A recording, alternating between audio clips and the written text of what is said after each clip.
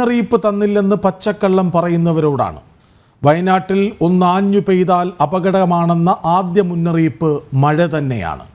ഉരുൾപൊട്ടൽ സാധ്യതാ പ്രദേശമായ മുണ്ടക്കൈയിലെ ഓറഞ്ച് അലർട്ട് റെഡ് അലർട്ടിന് തുല്യമാണെന്ന മുന്നറിയിപ്പാണ്.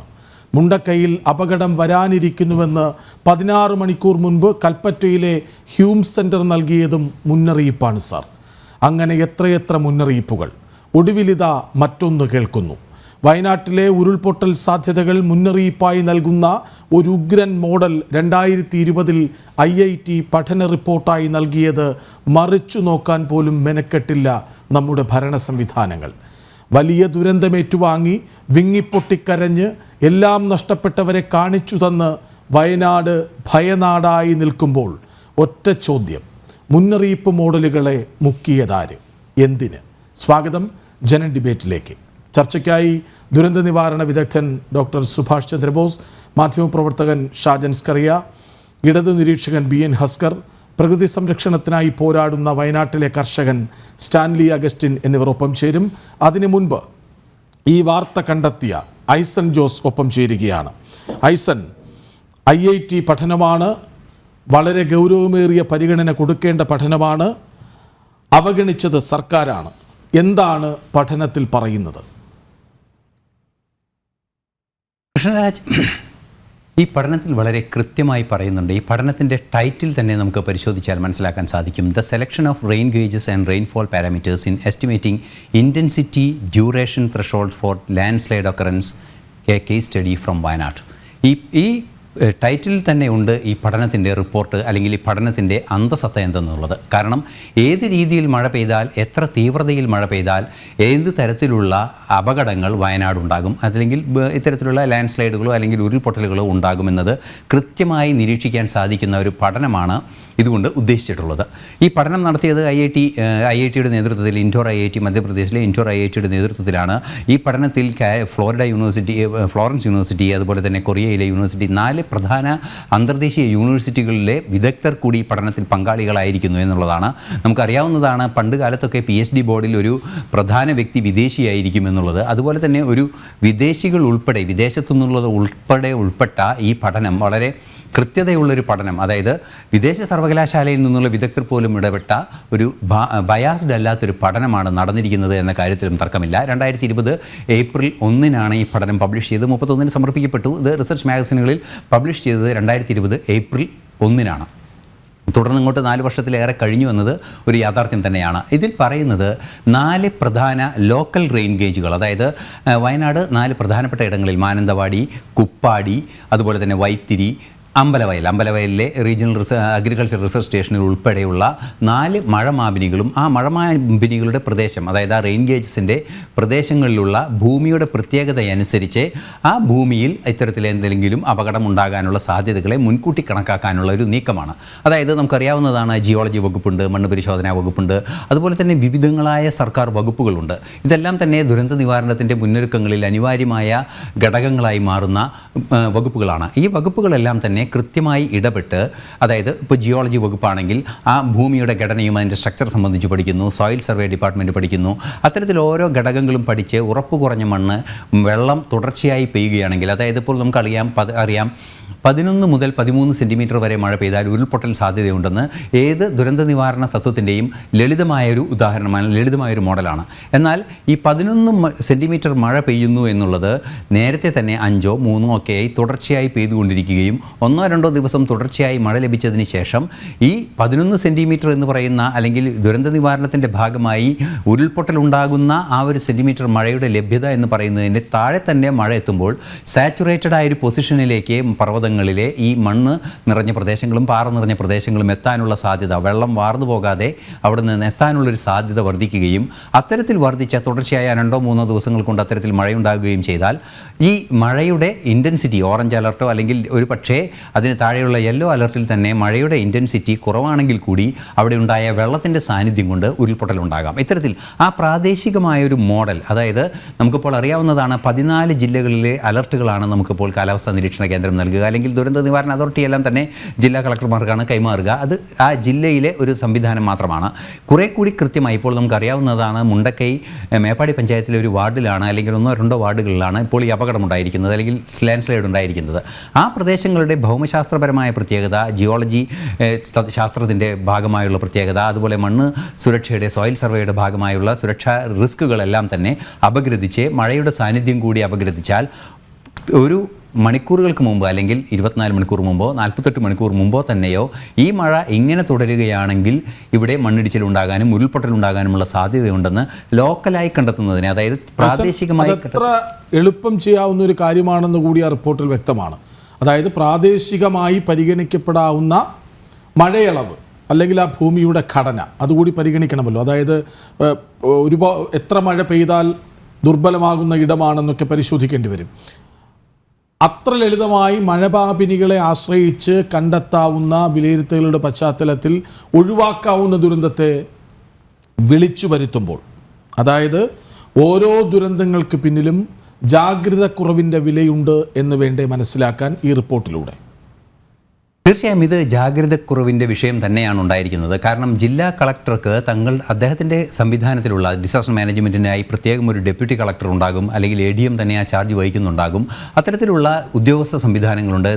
സ്വാഭാവികമായും ജില്ലാ ജിയോളജിസ്റ്റ് ഉണ്ട്, ജില്ലാ മണ്ണ് പരിശോധന വിഭാഗമുണ്ട്, അതുപോലെ തന്നെ വെള്ളത്തിൻ്റെതായി സംബന്ധിച്ച് പഠിക്കുന്ന ഡാം സേഫ്റ്റിയുടെയും അതുമായി ബന്ധപ്പെട്ട നിരവധി ഇറിഗേഷൻ സംവിധാനങ്ങളുടെ എഞ്ചിനീയർമാരുണ്ട്, പൊല്യൂഷൻ കൺട്രോൾ ബോർഡിൻ്റെ എഞ്ചിനീയർമാരുണ്ട്. അത്തരത്തിൽ വിശാലമായൊരു സംവിധാനം ജില്ലാ തലത്തിൽ ജില്ലാ കളക്ടറുടെ നേരിട്ടുള്ള നിയന്ത്രണത്തിൽ ലഭ്യമാക്കാൻ, അവരിൽ നിന്നുള്ള വിവരങ്ങൾ ലഭ്യമാക്കാനുള്ള സംവിധാനമുണ്ട്.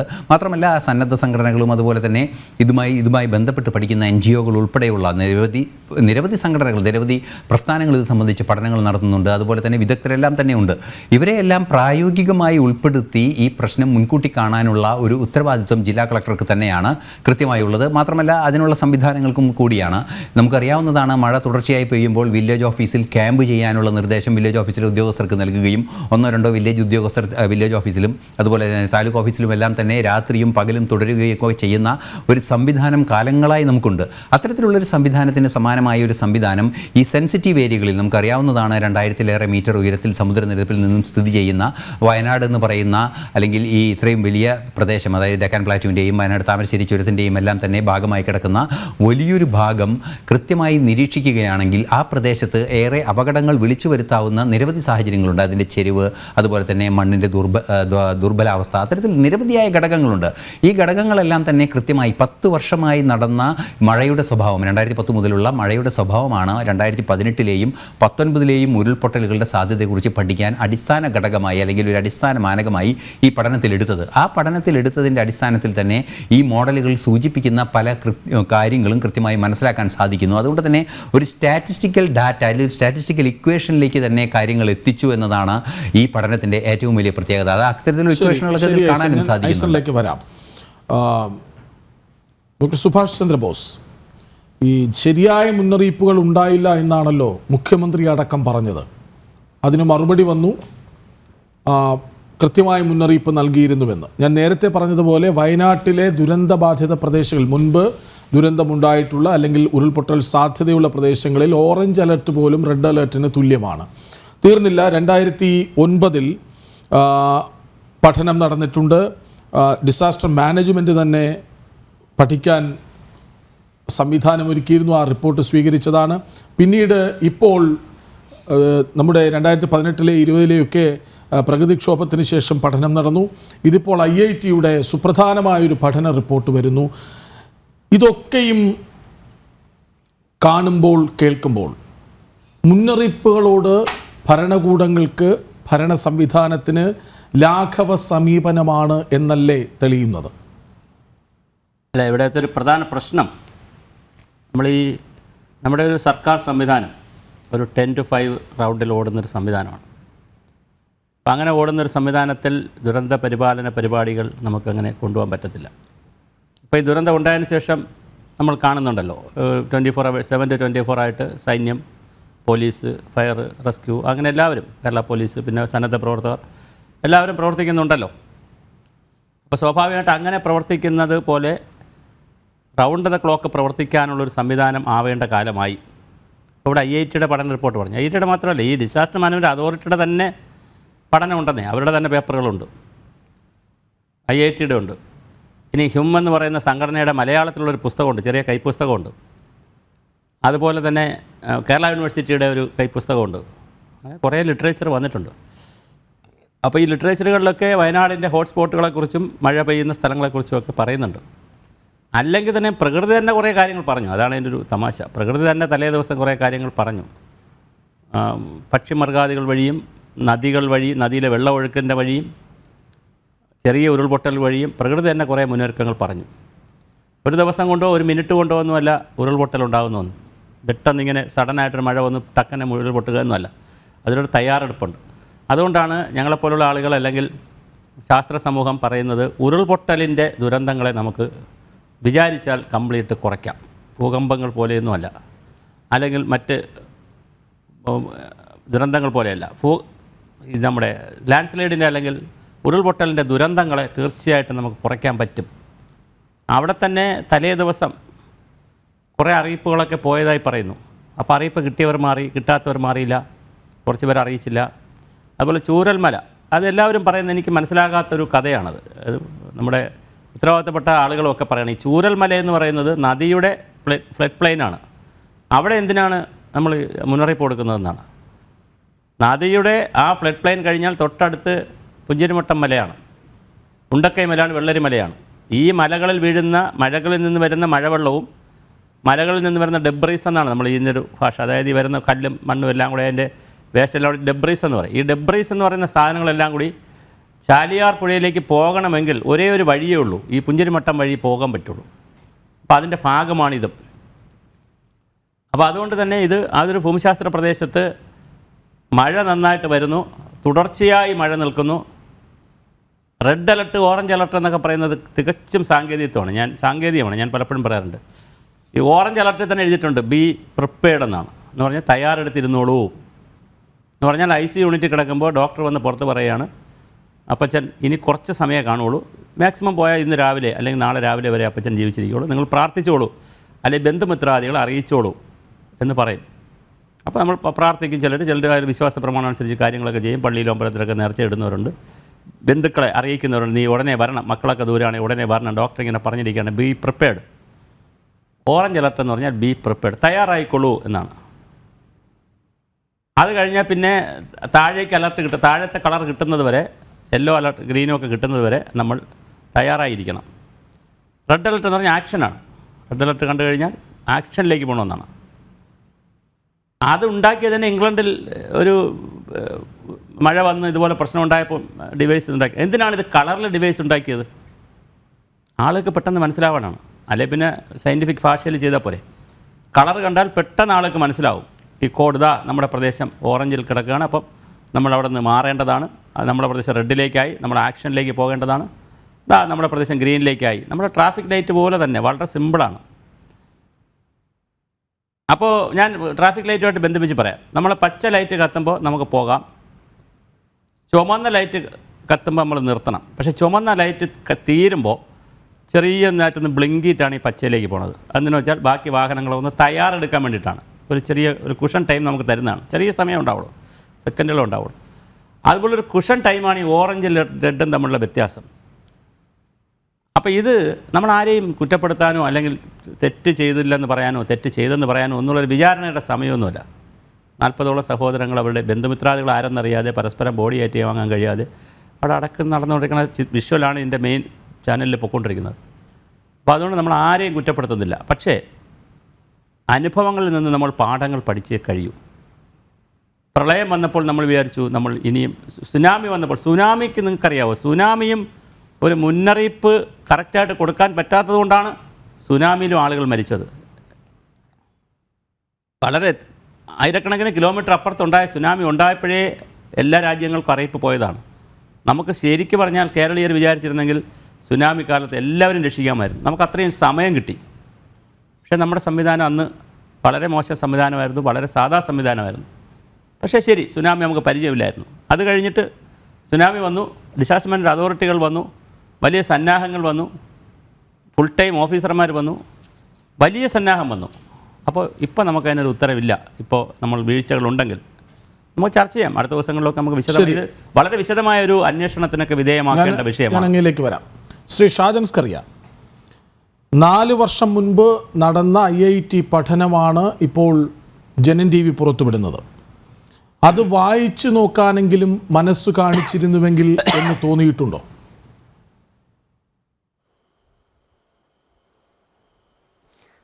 ഞാൻ ഇതിനെ കാണുന്നത് വേറൊരു രീതിയിലാണ്. ഞാൻ വീഴ്ചകളുടെ ഒരു കൂമ്പാരമാണ് ഈ സർക്കാർ എന്നാണ് ഞാൻ കരുതുന്നത്. പക്ഷേ ഇവിടെ ഈ യെല്ലോ അലേർട്ട് അല്ലെങ്കിൽ റെഡ് അലേർട്ട് അല്ലെങ്കിൽ പഠന റിപ്പോർട്ട് എന്നൊക്കെ പറയുമ്പോഴും നമ്മൾ പൊതുവെ അതിപ്പോൾ പിണറായി സർക്കാരായവണ്ണം നിർബന്ധമില്ല, ഏത് സർക്കാരാണെങ്കിലും ഏത് വ്യക്തിയാണെങ്കിലും പൊതുവെ ഇത്തരം പഠന റിപ്പോർട്ടുകളോട് നമ്മുടെ ഒരു സമീപനം വളരെ നിസ്സംഗമാണ്. ഇപ്പം നമുക്ക് അവിടെ ഒരു ഭൂകമ്പം ഉണ്ടാവുന്നു, നിങ്ങൾ മാറി താമസിക്കണമെന്ന് പറഞ്ഞാലും ജനങ്ങൾ മാറാത്തൊരു സാഹചര്യമുണ്ട്. അപ്പോൾ അവിടെ മുകളിൽ നിന്ന് മല ഇടിഞ്ഞു വരുന്ന കാണുവാണെങ്കിൽ മാറും, അല്ലെങ്കിൽ ജനം മാറാത്തൊരു സാഹചര്യമുണ്ട്. അപ്പം ഇതൊരു നമുക്കറിയാവുന്നതാണ്. ഇപ്പം കസ്തൂരി രംഗൻ റിപ്പോർട്ട് വന്നപ്പം അല്ലെങ്കിൽ ഗാഡ്ഗിൽ റിപ്പോർട്ട് വന്നപ്പോൾ ഉണ്ടായ പ്രക്ഷോഭങ്ങൾ അറിയാവുന്നതാണ്. അതുകൊണ്ട് മനുഷ്യൻ്റെ ഒരു കാര്യം എന്താ വെച്ചാൽ, മനുഷ്യൻ പരമ്പരാഗതമായി താമസിക്കുന്ന സ്ഥലവും അവൻ്റെ ജീവിത സംവിധാനങ്ങളും ഒക്കെ ഉള്ള ഇടം വിട്ടുപോകാൻ അവസാന നിമിഷം വരെ അവൻ മടി കാണിക്കും. അതുകൊണ്ട് ഞാൻ പറഞ്ഞ സർക്കാരിൻ്റെ ഭാഗത്ത് വീഴ്ചയുണ്ട്, ജാഗ്രത കുറവുണ്ട് എന്ന് പറയുമ്പോഴും ഇത്തരം ദുരന്തങ്ങളൊക്കെ സംഭവിക്കുന്നത് വരെ സംഭവിക്കുമെന്ന് വിശ്വസിക്കാൻ കഴിയുന്ന ഒരു മാനസികാവസ്ഥ നമുക്ക് ആർക്കും ഇല്ല. അതുകൊണ്ട് ഒരു പരിധി വരെ ഞാൻ അതിന് ശേഷമുള്ള, അതായത് ദുരന്തമുണ്ടായതിനു ശേഷം സർക്കാരിൻ്റെ ഭാഗത്തുണ്ടായിട്ടുള്ള വീഴ്ചകൾ, രക്ഷാപ്രവർത്തനത്തിലാണെങ്കിലും ദുരിതാശ്വാസ പ്രവർത്തനത്തിലാണെങ്കിലും ഇപ്പോൾ നടത്തിക്കൊണ്ടിരിക്കുന്ന ഭീകരമായ വീഴ്ചകൾ, സർക്കാർ അതിന് രാഷ്ട്രീയം മുതലെടുക്കാൻ ശ്രമിക്കുന്നത്, ലാഭമുണ്ടാക്കാൻ ശ്രമിക്കുന്നത്, ആളുകളെ അടിച്ചോടിക്കുന്നത്, അല്ലെങ്കിൽ ഇപ്പോൾ കണ്ടില്ല വൈറ്റ് ഗാർഡിനെ ഭക്ഷണം, ഇങ്ങനത്തെ ഒരുപാട് വിഷയങ്ങൾ കടുത്ത ഭാഷയിൽ വിമർശിക്കുമ്പോഴും ഈ ജാഗ്രതക്കുറവുണ്ടായി എന്ന് പറയുന്നത്, അത് ഏത് സർക്കാരാണെങ്കിലും ഈ ജാഗ്രതക്കുറവുണ്ടാകും. കാരണം ജനങ്ങൾ എത്ര പറഞ്ഞാലും മാറാൻ പറഞ്ഞാലും ജനങ്ങൾ മാറത്തില്ല. അവരെ ഒന്നാമത്തെ കാര്യം ഇവരെ മാറ്റി പാർപ്പിക്കാനോ അത്തരം സംവിധാനം നമുക്കില്ല. ആകെപ്പാടെയുള്ള ഇപ്പോഴും ആലോചിച്ച് നോക്കൂ. ഇപ്പോൾ ഇതെല്ലാം വന്ന് ഭാഗ്യം കൊണ്ട് ജീവൻ തിരിച്ചു കിട്ടിയവരെ കൊണ്ട് ഏതോ സ്കൂളിൽ ഇട്ടിരിക്കുകയാണ്. ആ സ്കൂളിൽ എങ്ങനെയാണ്, ഏത് ടോയ്ലറ്റിലാണ് ഇവർ പോകുന്നത്, എന്ത് സൗകര്യമാണ് ഇവർക്കുള്ളത്? സത്യത്തിൽ എന്താണ് ചെയ്യേണ്ടത്? ഇഷ്ടംപോലെ പണം സർക്കാരിന് കിട്ടുന്നുണ്ട്, ഇഷ്ടംപോലെ സൗകര്യം കൊടുക്കാൻ ജനങ്ങൾക്ക് തയ്യാറാണ്. ഇവരെ എല്ലാം അപ്പം തന്നെ വാടക വീടെടുത്ത് മാറ്റണ്ടേ? ആ വാടക വീടെടുത്ത് മാറ്റുന്ന പണം സർക്കാരിനില്ലെങ്കിൽ ഇതാ ഇവർക്ക് വാടക വീട് കൊടുക്കണമെന്ന് പറഞ്ഞ് ഓരോ മനുഷ്യൻ്റെയും അഡ്രസ്സ് കൊടുത്താൽ ജനം കൊടുത്തോളും. ഇപ്പം സാധാരണക്കാരൻ ഞാൻ വേണമെങ്കിൽ 2 പേരുടെ വാടക 2 കൊല്ലത്തേക്ക് കൊടുക്കാം.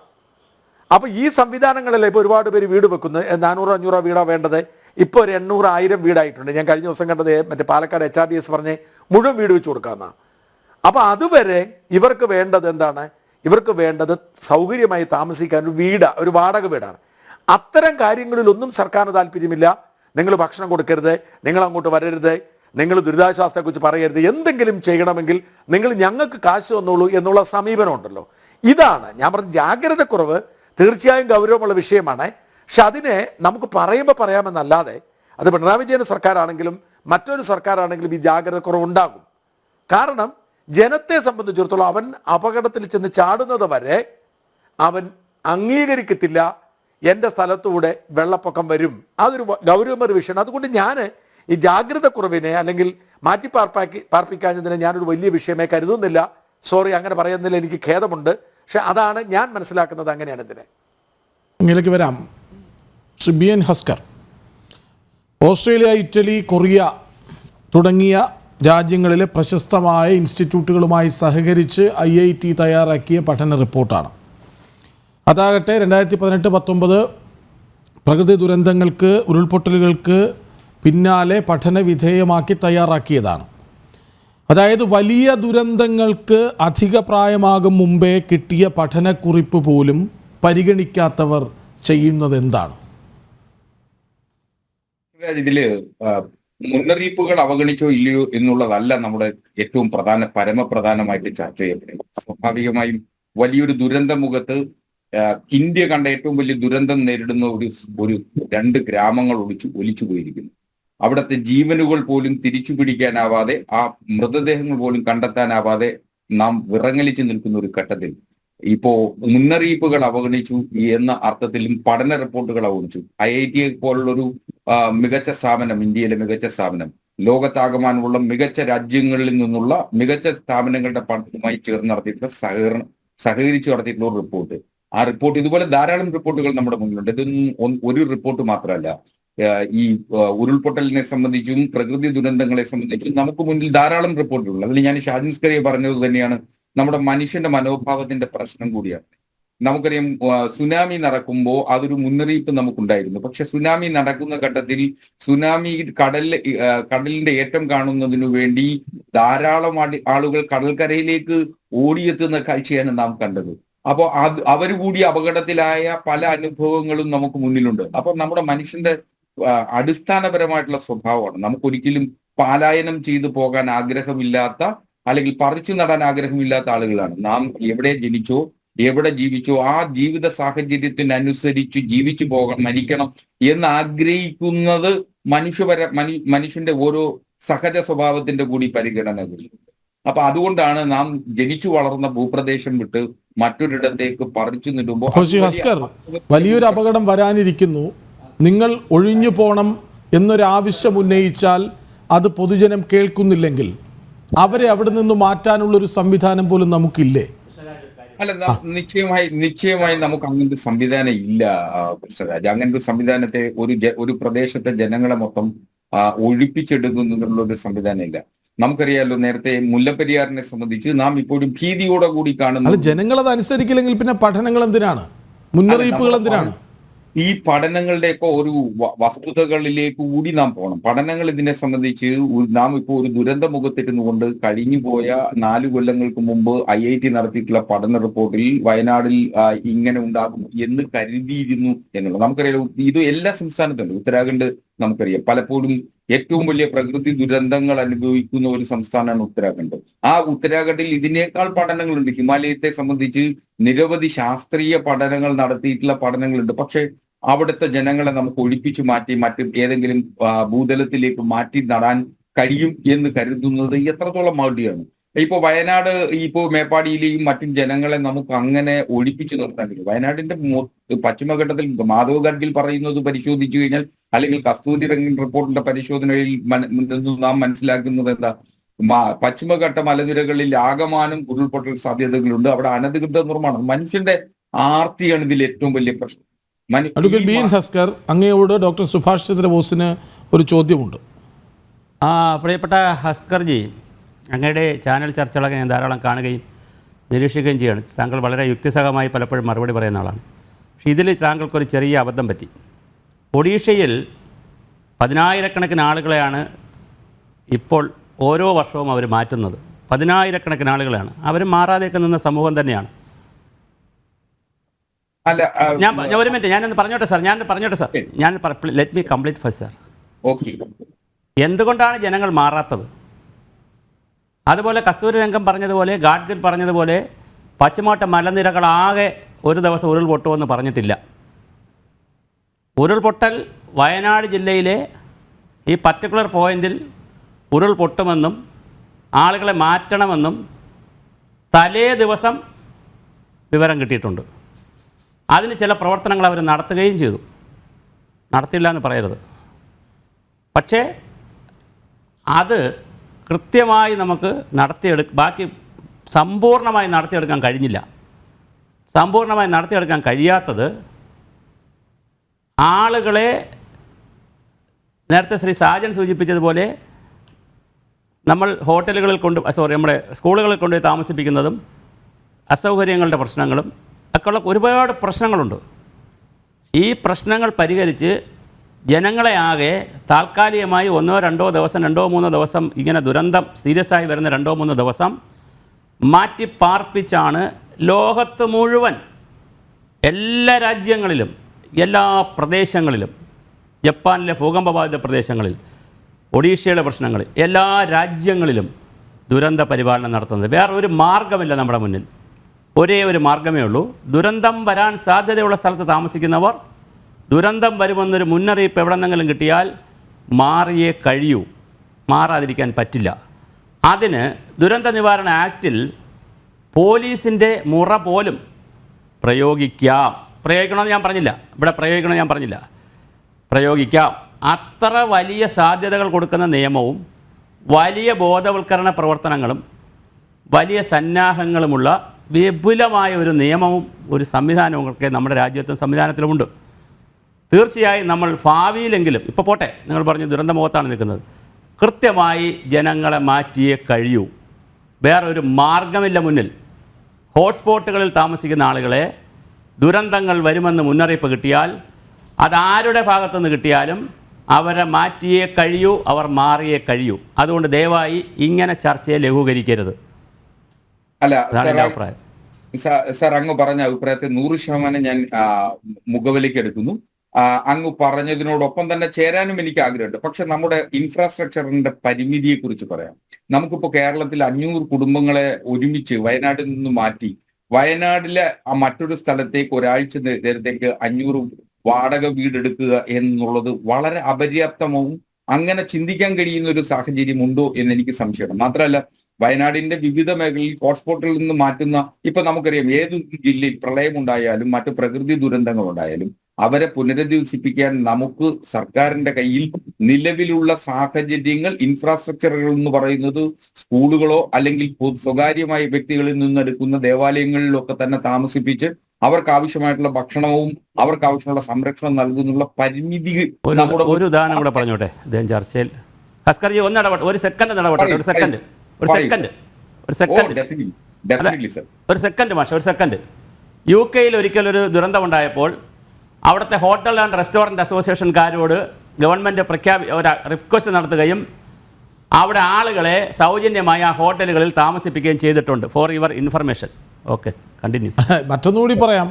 ദുരന്തം കഴിഞ്ഞ ശേഷം എത്രയെത്ര പേരാണ് വീട് വെച്ച് കൊടുക്കാം, സ്ഥലം നൽകാം എന്നൊക്കെ പറഞ്ഞ് മുന്നോട്ട് വരുന്നത്.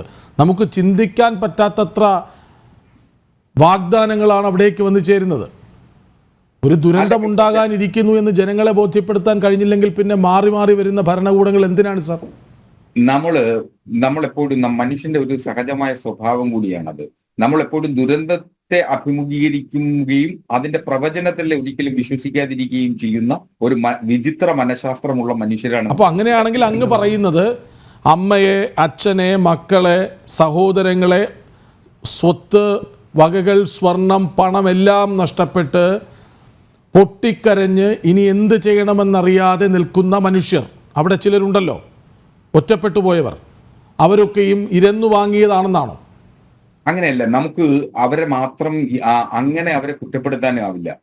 ഞാൻ പറഞ്ഞല്ലോ, ഇപ്പോ നമ്മൾ ഓരോരുത്തരും ജീവിക്കുന്ന സാഹചര്യങ്ങളിൽ നിന്ന് അത് വിട്ടുപോകുന്നതിന് ഒരു തരത്തിലും മനോഭാവമില്ല. പക്ഷെ നമുക്ക് വിശാലമായ നിയമങ്ങളുണ്ട്. ഇപ്പൊ ഡിസാസ്റ്റർ മാനേജ്മെന്റ് ആക്ട് അടക്കമുള്ള വിശാലമായ നിയമങ്ങൾ അത് ഉപയോഗിക്കുന്നതിനുള്ള അധികാരം ഒക്കെ ഉണ്ട്.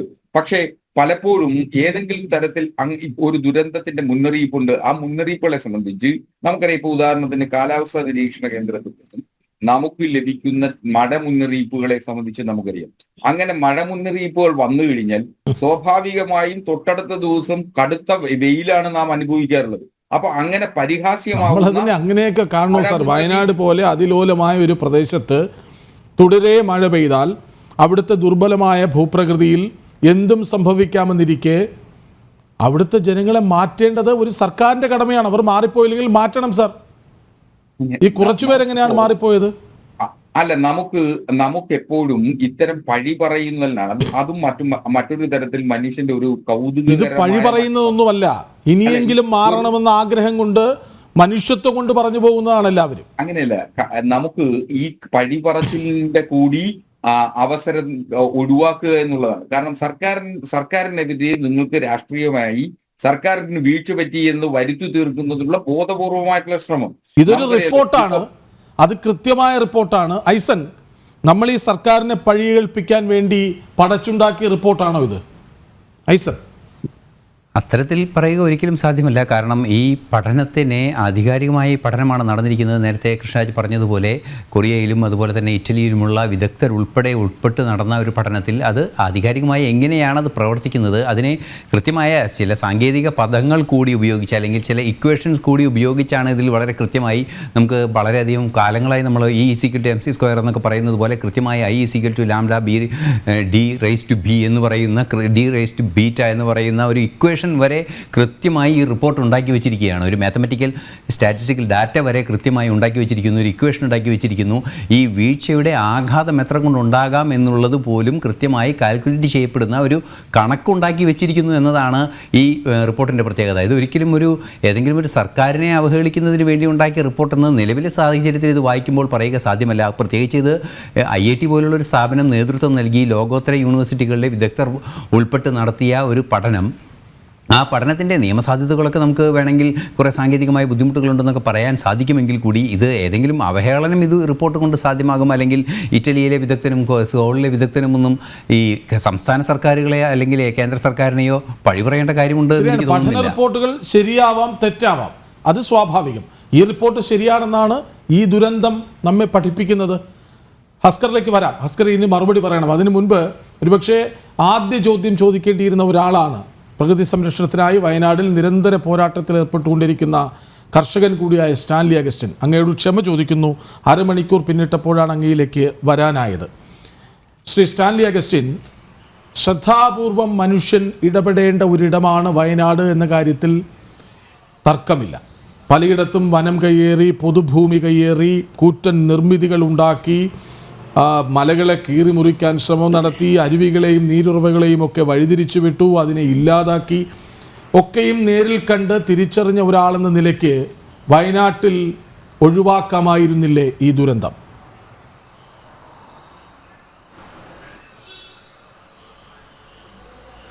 തീർച്ചയായിട്ടും അത് ഒഴിവാക്കാമായിരുന്നു. ഇപ്പം തന്നെ ഇങ്ങനെ ഒരു അപകടം നടന്നപ്പോൾ എല്ലാവരും ചർച്ച ചെയ്യുന്നത് ഒരു NGOയുടെ കണക്കനുസരിച്ചോ അല്ലെങ്കിൽ IITയുടെ കണക്കനുസരിച്ചോ കുറേ ആളുകളെ അങ്ങോട്ട് മാറ്റണം ഇങ്ങോട്ട് മാറ്റണം എന്നുള്ളതല്ലല്ലോ. ഇങ്ങനെ കുറേ ആളുകളെ അങ്ങോട്ട് പെറുക്കിക്കൊണ്ടുപോവുക ഇങ്ങോട്ട് പെറുക്കിക്കൊണ്ടുപോവുക എന്നുള്ളതല്ലല്ലോ ഒരു ഭരണക്രമത്തിൻ്റെ ഇത്.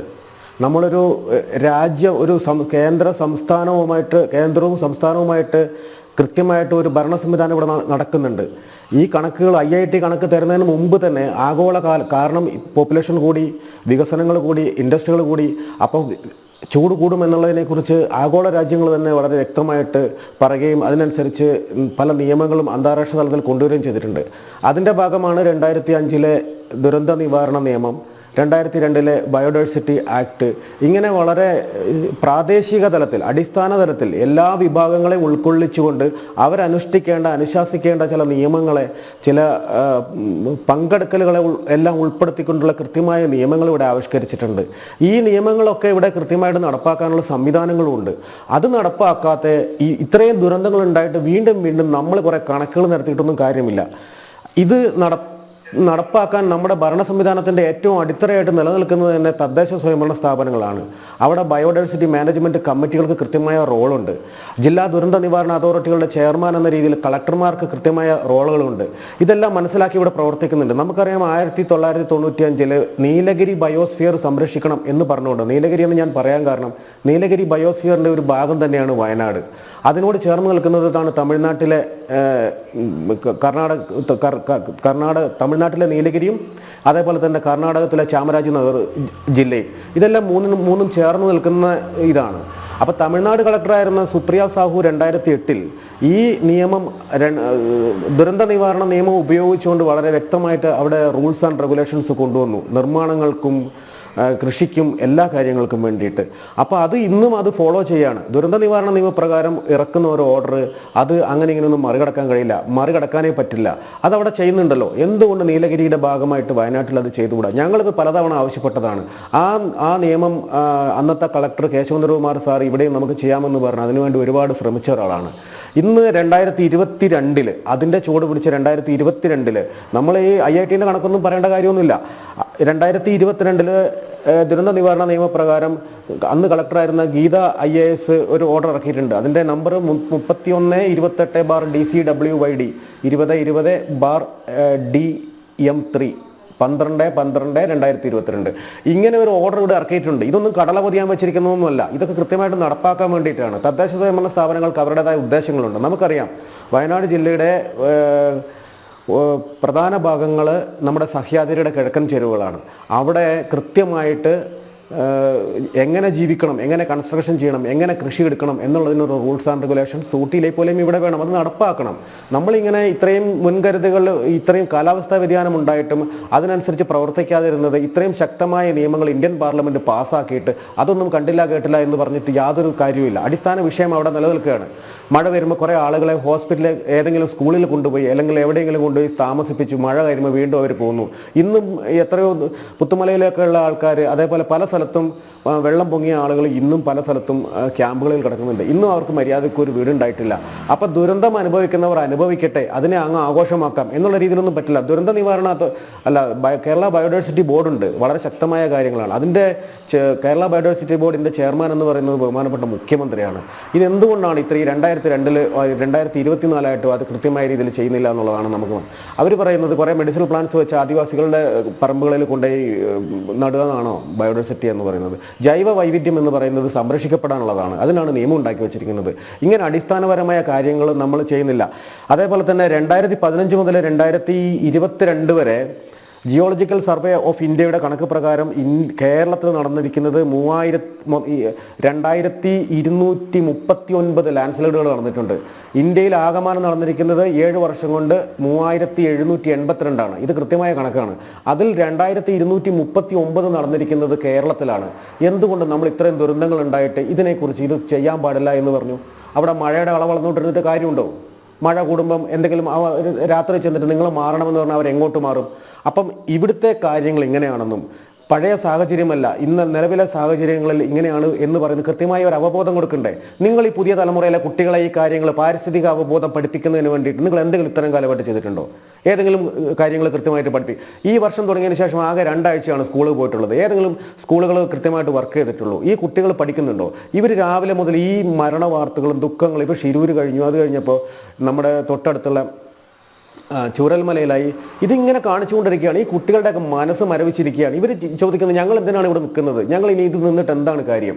ഞങ്ങൾക്ക് ഇവിടെ താമസിക്കാൻ പറ്റുമോ?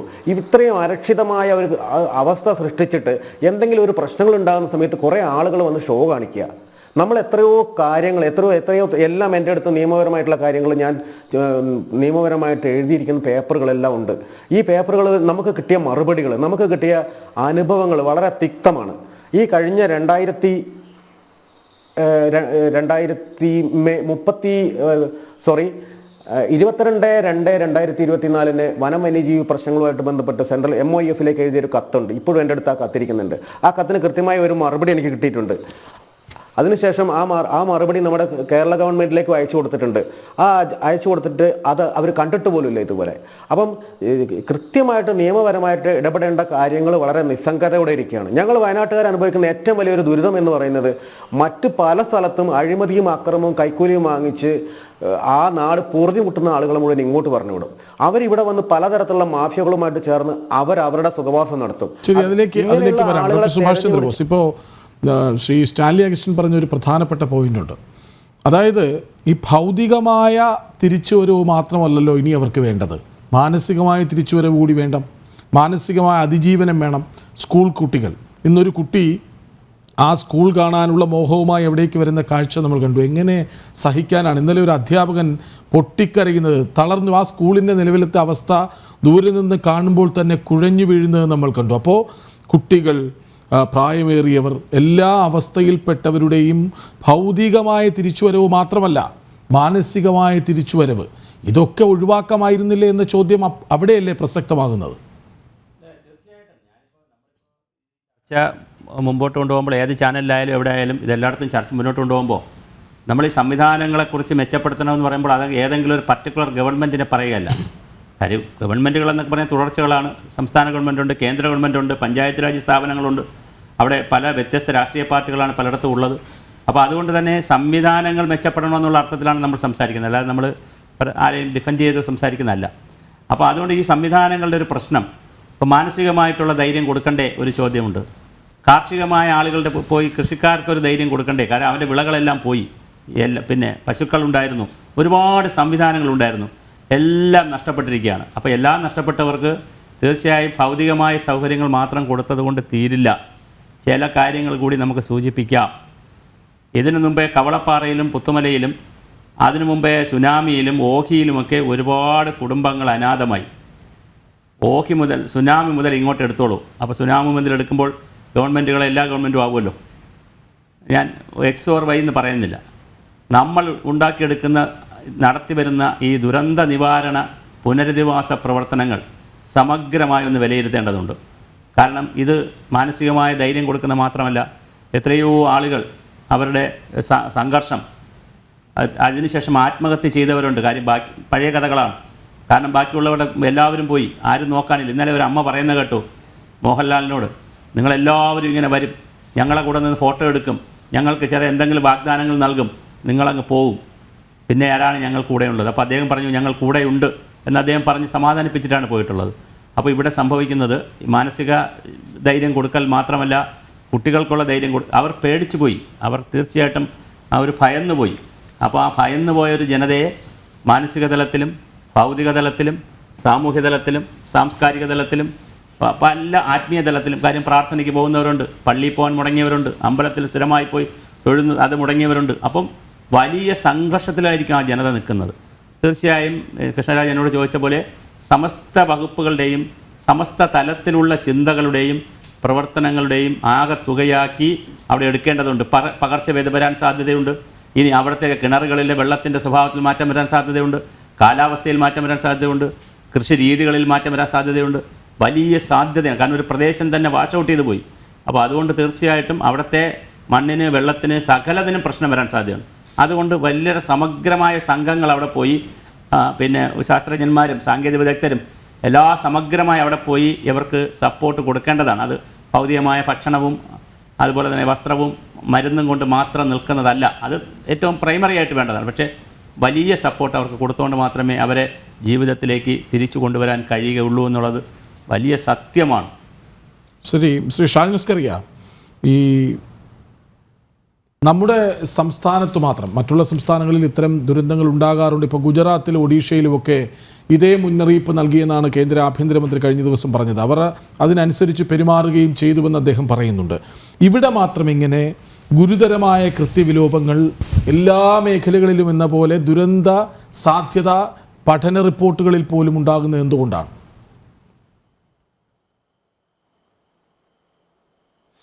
നമുക്ക് മുമ്പ് എനിക്കൊന്ന് ഹസ്കർ പറഞ്ഞ മാതിരി കാലാവസ്ഥ മുന്നറിയിപ്പ് അടക്കം നമുക്കിങ്ങനെ പല മുന്നറിയിപ്പുകളും നൽകാറുണ്ടെങ്കിലും നമ്മളിതുവരെ ഇത്തരം ഒരു ദുരന്തത്തെ ആ മുന്നറിയിപ്പ് നൽകിയതുപോലെ അഭിമുഖീകരിച്ചിട്ടില്ല. അതൊരു ഗൗരവമേറിയ വിഷയം. ഇതിനു മുമ്പ് ഒരു മുന്നറിയിപ്പ് നൽകുന്നു, പലപ്പോഴും റെഡ് അലേർട്ട് പറയാറുണ്ട്, ഭൂകമ്പം ഉണ്ടെന്ന് പറയാറുണ്ട്. ഇതൊന്നും അതേപടി സംഭവിക്കാത്തത് കൊണ്ട് ജനം സംഭവിക്കത്തില്ല എന്ന് കരുതുന്നതാണ്.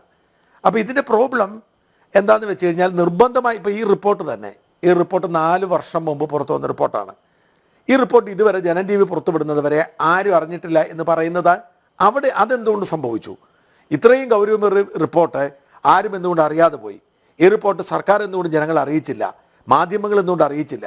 ഈ റിപ്പോർട്ട് ഒരു ചർച്ചയായിരുന്നെങ്കിൽ, ഇവിടെ ഇതാ ഭൂകമ്പം ഉണ്ടാകാൻ പോകുന്നത് പറഞ്ഞിരുന്നെങ്കിൽ, ചർച്ചയായിരുന്നെങ്കിൽ തീർച്ചയായിട്ടും എന്തെങ്കിലും നടപടി ഉണ്ടാകുമായിരുന്നു. അപ്പം ഞാൻ പറഞ്ഞത് ഇതിനൊന്നും ഒരു എല്ലായിടത്തും ഒരു ജാഗ്രത കുറവുണ്ട്. സർക്കാരിൻ്റെ ഭാഗത്തുള്ള ജാഗ്രത കുറവ് പോലെ തന്നെ നമ്മുടെ പൊതുസമൂഹത്തിൽ വലിയൊരു ജാഗ്രത കുറവ്. നമ്മൾ ഇതിനെയൊക്കെ തമാശയാക്കരുന്നു. കാലാവസ്ഥ മുന്നറിയിപ്പ് പോലെ ഇങ്ങനെ സർക്കാർ ഓരോന്ന് പറയുന്നു, അത് അതിന് വഴിക്ക് നടക്കുമെന്ന് കരുതി നമുക്കൊന്നും സംഭവിക്കില്ല എന്ന നമ്മുടെ ശുഭാപ്തി വിശ്വാസമാണ് വിഷയം. അപ്പം ഇനി ഒരു പക്ഷേ മാറ്റം വന്നെന്ന് വരാം. അപ്പം ഞാൻ പറഞ്ഞിപ്പം ഗാഡ്ഗിൽ റിപ്പോർട്ടിനേക്കാൾ കൗതുകമുണർത്തുന്നതാണ് കസ്തൂരിരംഗൻ റിപ്പോർട്ട്. ഈ റിപ്പോർട്ട് അതേപടി നടപ്പിലാക്കുകയാണെങ്കിൽ ഇടുക്കിയിലെയും അല്ലെങ്കിൽ വയനാട്ടിലെയും അതുപോലെ തന്നെ പശ്ചിമഘട്ടത്തിലെ ഒട്ടുമിക്ക ഇടങ്ങളിലെയും ഭൂരിപക്ഷം ജനങ്ങൾ മാറി താമസിക്കേണ്ടി വരും. അവിടെയൊക്കെ പലയിടങ്ങളിലും ഈ പറയുന്ന ഭൂകമ്പ സാധ്യതയും മണ്ണിടിച്ചിൽ സാധ്യതയുമുണ്ട്. അതേസമയം മുല്ലപ്പെരിയാറിനെ കുറിച്ച് ആരും ഒന്നും പറയുന്നുമില്ല. നമ്മൾ പറയുന്നത് 139 വർഷമായി മുല്ലപ്പെരിയാർ. അവിടെ ഒരു അവിടെ ഒരു ഈ പറയുന്ന മേഘവിസ്ഫോടനം ഉണ്ടായാൽ 2 ദിവസം തുടർച്ചയായി മഴ പെയ്താൽ അവിടെ വലിയ ഉരുൾപൊട്ടലുണ്ടാവാം. ആ ഉരുൾപൊട്ടലുണ്ടായാൽ നമ്മൾ കണ്ടു ഒരു ലോറി, ഞാൻ ഇന്ന് കണ്ടൊരു വീഡിയോ ആണ്, ഈ ഉരുൾപൊട്ടലിൽപ്പെട്ട ഒരു ലോറി ഒരു പന്ത് പോലെ എല്ലാം കൂടി ചുരുണ്ട് കൂടിപ്പോയി. അപ്പോൾ എത്ര പവർഫുള്ളായിട്ടായിരുന്നു ആ ഉരുൾപൊട്ടി വന്നതെന്ന് ഓർക്കുക. അപ്പം മുല്ലപ്പെരിയാറിൻ്റെ അപ്പുറത്ത് ഇങ്ങനെയൊരു ഉരുൾപൊട്ടൽ ഉണ്ടായാൽ എന്തായിരിക്കും സംഭവിക്കുന്നത്? നമ്മൾ വാസ്തവത്തിൽ അത്തരം ഗൗരവമായി മുല്ലപ്പെരിയാറിൽ ഇതിനെപ്പോലെ പഠന റിപ്പോർട്ടുകൾ വന്നിട്ടുണ്ട്. ഇപ്പം UN തന്നെ പുറത്തുവിട്ടിട്ടുണ്ട് മുല്ലപ്പെരിയാറിൻ്റെ കാര്യത്തിൽ. റൂർക്കല IIT അടക്കമുള്ളവർ പുറത്തുവിട്ടിട്ടുണ്ട്. അതുപോലെ തന്നെ ന്യൂയോർക്ക് ടൈംസ് അടക്കമുള്ളവർ വാർത്ത പ്രസിദ്ധീകരിച്ചിട്ടുണ്ട് ലോകത്തെ ഏറ്റവും അപകടം പിടിച്ച അണക്കെട്ടാണെന്ന്. അപ്പം ഇതുപോലുള്ള വിഷയങ്ങളിൽ പോലും ഒരു അനക്കമുണ്ടാവുകയോ ആ ജനങ്ങൾ അവിടെ, അതേസമയം അവിടെ ജനങ്ങൾ മാറാൻ തയ്യാറാ, ജനങ്ങളെ മാറ്റി പാർപ്പിക്കാൻ മാറാൻ തയ്യാറാ. പക്ഷെ അവർക്ക് വഴി കൊടുക്കണം, അല്ലെങ്കിൽ ഇത് തടയുന്നതിന് വേണ്ടി അണക്കെട്ട് പൊളിച്ചു പണിയണം, അല്ലെങ്കിൽ പകരം ഇതിനൊന്നും നമ്മൾ അതായത് ഇത് നമ്മുടെ പൊതു മനോഭാവത്തിൻ്റെ വിഷയമാണ്. ഞാൻ കേവലം ഇതൊരു സർക്കാരിനെതിരായ ഒരു വിഷയമേ കരുതുന്നില്ല. നമ്മുടെ പൊതു മനോഭാവത്തിൻ്റെ വിഷയമാണ്. ഇങ്ങനെ ഒരു വശത്ത് മുന്നറിയിപ്പുകൾ ഉണ്ടാവും, പഠന റിപ്പോർട്ടുകൾ ഉണ്ടാവും, മറുവശത്ത് മനുഷ്യൻ ഇങ്ങനെ ജീവിച്ചുകൊണ്ടിരിക്കും. ഇതാണ് ആദ്യമായി മുന്നറിയിപ്പ് പോലെ സംഭവിച്ചത്. ഇതുപോലെ തന്നെ ഉരുൾപൊട്ടലുണ്ടാവുമെന്ന് പലയിടങ്ങളിലും പറഞ്ഞിട്ടുണ്ട്. ഈ ഉരുൾപൊട്ടലുണ്ടാവുന്ന സ്ഥലങ്ങൾക്കൊക്കെ ചില സ്വഭാവവിശേഷങ്ങളുണ്ട്. ഇപ്പോൾ ഈ പറഞ്ഞ ഉരുൾപൊട്ടലുണ്ടായ എല്ലാ സ്ഥലങ്ങളും, നമ്മളിപ്പോൾ കൂട്ടിക്കലാണെങ്കിലും ഏന്തയാറാണെങ്കിലും കൊക്കയാറാണെങ്കിലും പറ്റുമല, ഇവിടെയെല്ലാം ഉരുൾപൊട്ടലുണ്ടാകും. അതിൻ്റെ ഭൂമിശാസ്ത്രം അങ്ങനെയാണ്. ഇപ്പം ഇടുക്കി ജില്ലയിൽ നമ്മൾ അടിമാലിയിലേക്ക് പോകുന്ന വഴിക്ക് നാഷണൽ ഹൈവേയിലെ സ്ഥിരമായി മണ്ണിടിച്ചിലുണ്ടാവാറുണ്ട്. അപ്പം ഇത്തരം സ്ഥലങ്ങളിൽ നിന്ന് ആളുകളെ മാറ്റിപ്പാർപ്പിക്കാൻ പദ്ധതി ഉണ്ടാക്കുകയും അവർക്ക് അവിടെയുള്ളത് കൊടുക്കുകയും ചെയ്യണം. അതായത് അവരവിടെ താമസിക്കുമ്പോൾ അവർക്ക് സൗകര്യങ്ങളുണ്ട്. ഈ സൗകര്യങ്ങൾ സർക്കാർ ഒരുക്കി കൊടുക്കണം. ജനങ്ങളുടെ സഹായം അവിടെ വാങ്ങണം. സർക്കാരിൻ്റെ വിശ്വാസം ഇല്ലെങ്കിൽ NGOകളെ ഏൽപ്പിക്കണം. അതുപോലെ തന്നെ ഈ ഒരു ജനങ്ങളും NGOസും സർക്കാരും തമ്മിൽ സഹകരിച്ചുകൊണ്ട് ഇങ്ങനെ ചെയ്താൽ മാത്രമേ പരിഹാരം ഉണ്ടാകൂ. ഒരു സുപ്രഭാതത്തിൽ നിങ്ങൾ മാറി താമസിപ്പിക്കും. എങ്ങോട്ട് മാറി താമസിക്കും? ഇവിടുത്തെ ഏറ്റവും പ്രധാനപ്പെട്ട കാര്യം എന്ന് വെച്ചാൽ സർക്കാരിന് ഒരു പദ്ധതിയില്ല, വിഷനില്ല, മാറി പറപ്പിക്കുക. ഞാൻ പറഞ്ഞല്ലോ, ഇപ്പോഴും ഞാൻ ആദ്യം പറഞ്ഞ വിഷയം അതാണ്. നമ്മൾ താമസിക്കുന്ന ആവാസ വ്യവസ്ഥയിൽ നിന്ന് മാറ്റി പാർപ്പിക്കുന്നുണ്ടെങ്കിൽ നമുക്ക് മാന്യമായി താമസിക്കാൻ, മാന്യമായി തൊഴിൽ ചെയ്യാൻ. ഇപ്പോൾ മത്സ്യത്തൊഴിലാളികളെ കടലിൻ്റെ കടത്തം വരുന്നു, അവരെ അപ്പം തന്നെ മാറ്റി ഫ്ലാറ്റിലേക്ക് മാറ്റുക പാടില്ല. മത്സ്യത്തൊഴിലാളികൾക്ക് മീൻ പിടിച്ചേ ജീവിക്കാൻ പറ്റൂ. ആ സൗകര്യമുള്ളിടത്തേക്ക് മാറ്റണം. അല്ലെങ്കിൽ ആദിവാസികളെ കാട്ടിൽ നിന്നിറക്കി നഗരത്തിലേക്ക് കൊണ്ടുവന്ന് ഫ്ലാറ്റിൽ താമസിച്ചാൽ പറ്റില്ല. അപ്പം ഇത്തരം കാര്യങ്ങളിൽ പഠനം നടത്തി ദീർഘകാലത്തോടു കൂടി ജനങ്ങളുടെ പങ്കാളിത്തത്തോടു കൂടി ഒരു പുനരധിവാസം നടത്താതെ ഇതിന് പരിഹാരം ഉണ്ടാവില്ല. ജനം ഇറങ്ങിപ്പോവില്ല, ജനം കോടതിയിൽ പോകും, ജനം പറയും എനിക്ക് പോകാതിരിക്കാൻ പറ്റത്തില്ല, ഞാനിവിടെ താമസിക്കും. കാരണം ഇങ്ങനെ പറഞ്ഞിരിക്കുന്ന സർക്കാരിൻ്റെ പദ്ധതികൾക്ക് വേണ്ടി ഏറ്റെടുത്തിരിക്കുന്ന പല സ്ഥലങ്ങളും 50 കൊല്ലവും 100 കൊല്ലമായിട്ട് പദ്ധതി നടന്നിട്ടില്ല. അങ്ങനെ സർക്കാരിൻ്റെ പരിപാടികളൊക്കെ ജനങ്ങൾ വില കൊടുക്കാത്തൊരു സാഹചര്യമുണ്ട്. അതിൻ്റെ ഭാഗം മാത്രമാണ് ഇത്. സർക്കാർ എന്താ ചെയ്യുന്നത്? നാളെ വിമർശനം ഉണ്ടാവാതിരിക്കാൻ പേരിന് വേണ്ടി ഒരു മുന്നറിയിപ്പ് കൊടുക്കും. അവരും ഗൗരവമായി കാണുന്നില്ല. അപ്പോൾ ഇത് വലിയ സമഗ്രമായ വിഷയമാണ്. അത് സർക്കാരും NGOസും ജനങ്ങളും രാഷ്ട്രീയ പാർട്ടികളും എല്ലാവരും ചേർന്ന് വേണം ഇതിന് പരിഹാരമുണ്ടാക്കാൻ. അതിനേക്കാളൊക്കെ പ്രധാനപ്പെട്ടത്, ഇപ്പോൾ അപകടത്തിൽപ്പെട്ട എന്തായാലും അപകടം ഉണ്ടായി, ആളുകൾ കുറേ പേര് മരിച്ചുപോയി. അവരിൽ പകുതി പേരുടെ പോലും തിരിച്ചറിയാൻ കഴിയുന്നില്ല, 1/3 പേരെ പോലും തിരിച്ചറിയാൻ കഴിയുന്നില്ല. ഇനി അവശേഷിക്കുന്ന മനുഷ്യരെ ഈ സ്കൂളിൽ നിന്നും അവർക്ക് മാന്യമായ ഒരു പാർപ്പിടത്തിലേക്ക് മാറ്റാനും, അവർക്ക് ഈ ഒരു ഇപ്പോൾ ഉണ്ടായിരിക്കുന്ന ട്രോമയിൽ നിന്ന് മാറ്റമുണ്ടാകാനും, അവർക്ക് തൊഴിൽ സാഹചര്യം ഉണ്ടാവാനും, അവർക്ക് വീട് പണിയാനും ഒക്കെയുള്ള ഒരു വലിയ കൂട്ടുത്തരവാദിത്വം നടത്താനുള്ള തയ്യാറെടുപ്പുകൾക്ക് സമയം അതിക്രമിച്ചിരിക്കുന്ന അത്തരം ചർച്ചകളിലേക്ക് നമ്മൾ പോകണമെന്നാണ് എൻ്റെ അഭിപ്രായം. ശരി, ഞാൻ അങ്ങയിലേക്ക് വരാം. അഡ്വക്കേറ്റ് BN ഹസ്കർ, ഈ 2018-ലെയും 20-ലെയും മലയിടിച്ചിൽ, ഉരുൾപൊട്ടൽ, ഇതിനെയൊക്കെ തുടർന്ന് വയനാട് ജില്ലാ ദുരന്ത നിവാരണ അതോറിറ്റിയുടെ ആവശ്യപ്രകാരം സംസ്ഥാന ദുരന്ത നിവാരണ അതോറിറ്റി ഒരു വിദഗ്ധ സംഘത്തെ പഠനത്തിനായി നിയോഗിച്ചിരുന്നു. അവർ സമർപ്പിച്ച റിപ്പോർട്ടിലെ സുപ്രധാനമായ 1-2 കാര്യങ്ങൾ ഞാൻ പറയാം. ഈ പശ്ചിമഘട്ട മലഞ്ചെരുവുകളിൽ സുരക്ഷിതമല്ലാതെ വയനാട് ജില്ലയിൽ മാത്രം 4000 കുടുംബങ്ങൾ അപകടം പതിയിരിക്കുന്ന ഇടങ്ങളിൽ ജീവിക്കുന്നുണ്ട്.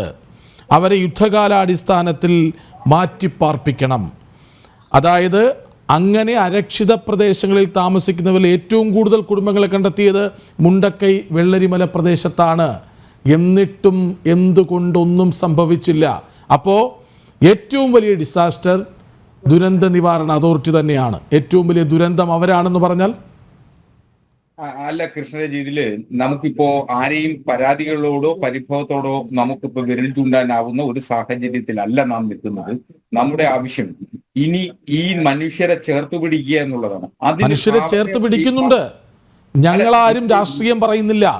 ഈ നേരത്തെ ഡോക്ടർ സുഭാഷ് ചന്ദ്രബോസ് പറഞ്ഞതുപോലെ ഏതെങ്കിലും ഒരു സർക്കാരിനെ അല്ല കുറ്റപ്പെടുത്തുന്നത്, ഇവിടുത്തെ സംവിധാനങ്ങളെയാണ്. അതിലെന്താണ് സംശയം? ഇപ്പൊ പിണറായി സർക്കാർ ചെയ്തില്ലെന്നല്ല ഞങ്ങൾ പറയുന്നത്, പിണറായി സർക്കാരിനും ചെയ്യാമായിരുന്നു എന്നാണ്. അങ്ങനല്ല, ഏതൊരു സർക്കാരിനും ചെയ്യാമായിരുന്നത്, അല്ലെങ്കിൽ ഒരു വില്ലേജ് ഓഫീസർക്ക് ചെയ്യാമായിരുന്ന വിപുലമായ അധികാര പരിധി ഉണ്ടായിരുന്ന വില്ലേജ് ഓഫീസർക്ക് ചെയ്യാമായിരുന്ന കാര്യമാണ്. പക്ഷെ ഇനിയിപ്പോ അതിനെ കുറ്റി നമുക്ക് ഒരു തരത്തിലും കുറ്റം പറഞ്ഞിട്ടോ അല്ല, ആ കുറ്റം പറയുന്നത് ഇനി സംഭവിക്കാതിരിക്കാനാണ്. അതിലെന്താണ് സംശയം? ഇനിയെങ്കിലും സംഭവിക്കാതിരിക്കാനാണ്. നമുക്കറിയാം സുനാമി അടിക്കുന്നത്. സുനാമി മുന്നറിയിപ്പ്, കേരളം സുനാമി സാധ്യതയുള്ള ഒരു സംസ്ഥാനമാണെന്ന് നാം തിരിച്ചറിഞ്ഞിട്ടുണ്ട്. അതുകൊണ്ട് തീരദേശത്ത് താമസിക്കുന്ന മത്സ്യത്തൊഴിലാളികളെ തീരദേശം വിട്ട് മറ്റെവിടെയെങ്കിലും കൊണ്ട് താമസിപ്പിക്കാൻ കഴിയില്ല. അതൊന്നും പ്രായോഗികമായിട്ടുള്ള നിർദ്ദേശങ്ങളോ അങ്ങനെ ഒരു പ്രായോഗിക ചർച്ചകളോ ആണെന്ന് തോന്നുന്നില്ല.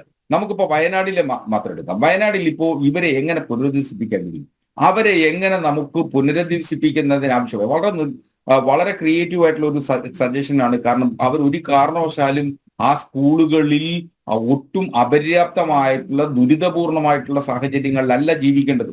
നമുക്ക് അവരെ മറ്റിടങ്ങളിലേക്ക് കൊണ്ടുപോയി അവരെ താമസിപ്പിക്കുന്നതിന് പരിമിതിയുണ്ട്. നല്ല കാര്യം. പക്ഷെ പുത്തുമലയിൽ ദുരിതത്തിൽപ്പെട്ടവരുടെ അവസ്ഥ എന്താണെന്ന് അറിയോ? ഇപ്പോഴും അവർ ദുരിതത്തിൽ തന്നെയാണ്. ഇപ്പോഴും അവർ അത് നമ്മുടെ സിസ്റ്റത്തിന്റെ ഒരു ഫെയിലിയർ ആണ്. ആ സിസ്റ്റത്തിന്റെ പരാജയമാണ് നമ്മൾ ഓരോ നിമിഷവും പറഞ്ഞുകൊണ്ടിരിക്കുന്നത്. നമുക്ക് ആ സിസ്റ്റം സമ്മതിച്ചല്ലോ. നമുക്ക് എല്ലാവർക്കും കൂട്ടുത്തരവാദിത്തമുണ്ട്. അത് സംസ്ഥാനം ഭരിക്കുന്ന ഗവൺമെന്റിനോ അല്ലെങ്കിൽ സംസ്ഥാനത്തെ ബ്യൂറോക്രസിക്കോ മാത്രമല്ല. നമ്മുടെ ചുവപ്പു നാടകളാണ് പലപ്പോഴും പല കാര്യങ്ങളും ചെയ്തു തീർക്കാനാവാത്ത തരത്തിലേക്ക് പോകുന്നത്. അപ്പോൾ നമുക്ക് വിഷനുള്ള അല്ലെങ്കിൽ അത്തരത്തിൽ ഒരു വിഷനോടുകൂടി വയനാട് സമീപിക്കണം. നമുക്ക് ഇന്നലെ വരെ ഉണ്ടായിട്ടുള്ള സംഭവങ്ങളെ മാറ്റിമറിക്കുന്ന തരത്തിൽ വയനാടിലെ ഈ ദുരന്ത ഭൂമിയിൽ ആ ജനങ്ങളെ പുനരധിവസിപ്പിക്കുന്നതിന് ആവശ്യമായിട്ടുള്ള സക്രിയമായിട്ടുള്ള ഇടപെടൽ, അത് മാധ്യമങ്ങൾക്കൊരു വലിയ പങ്കുണ്ട്.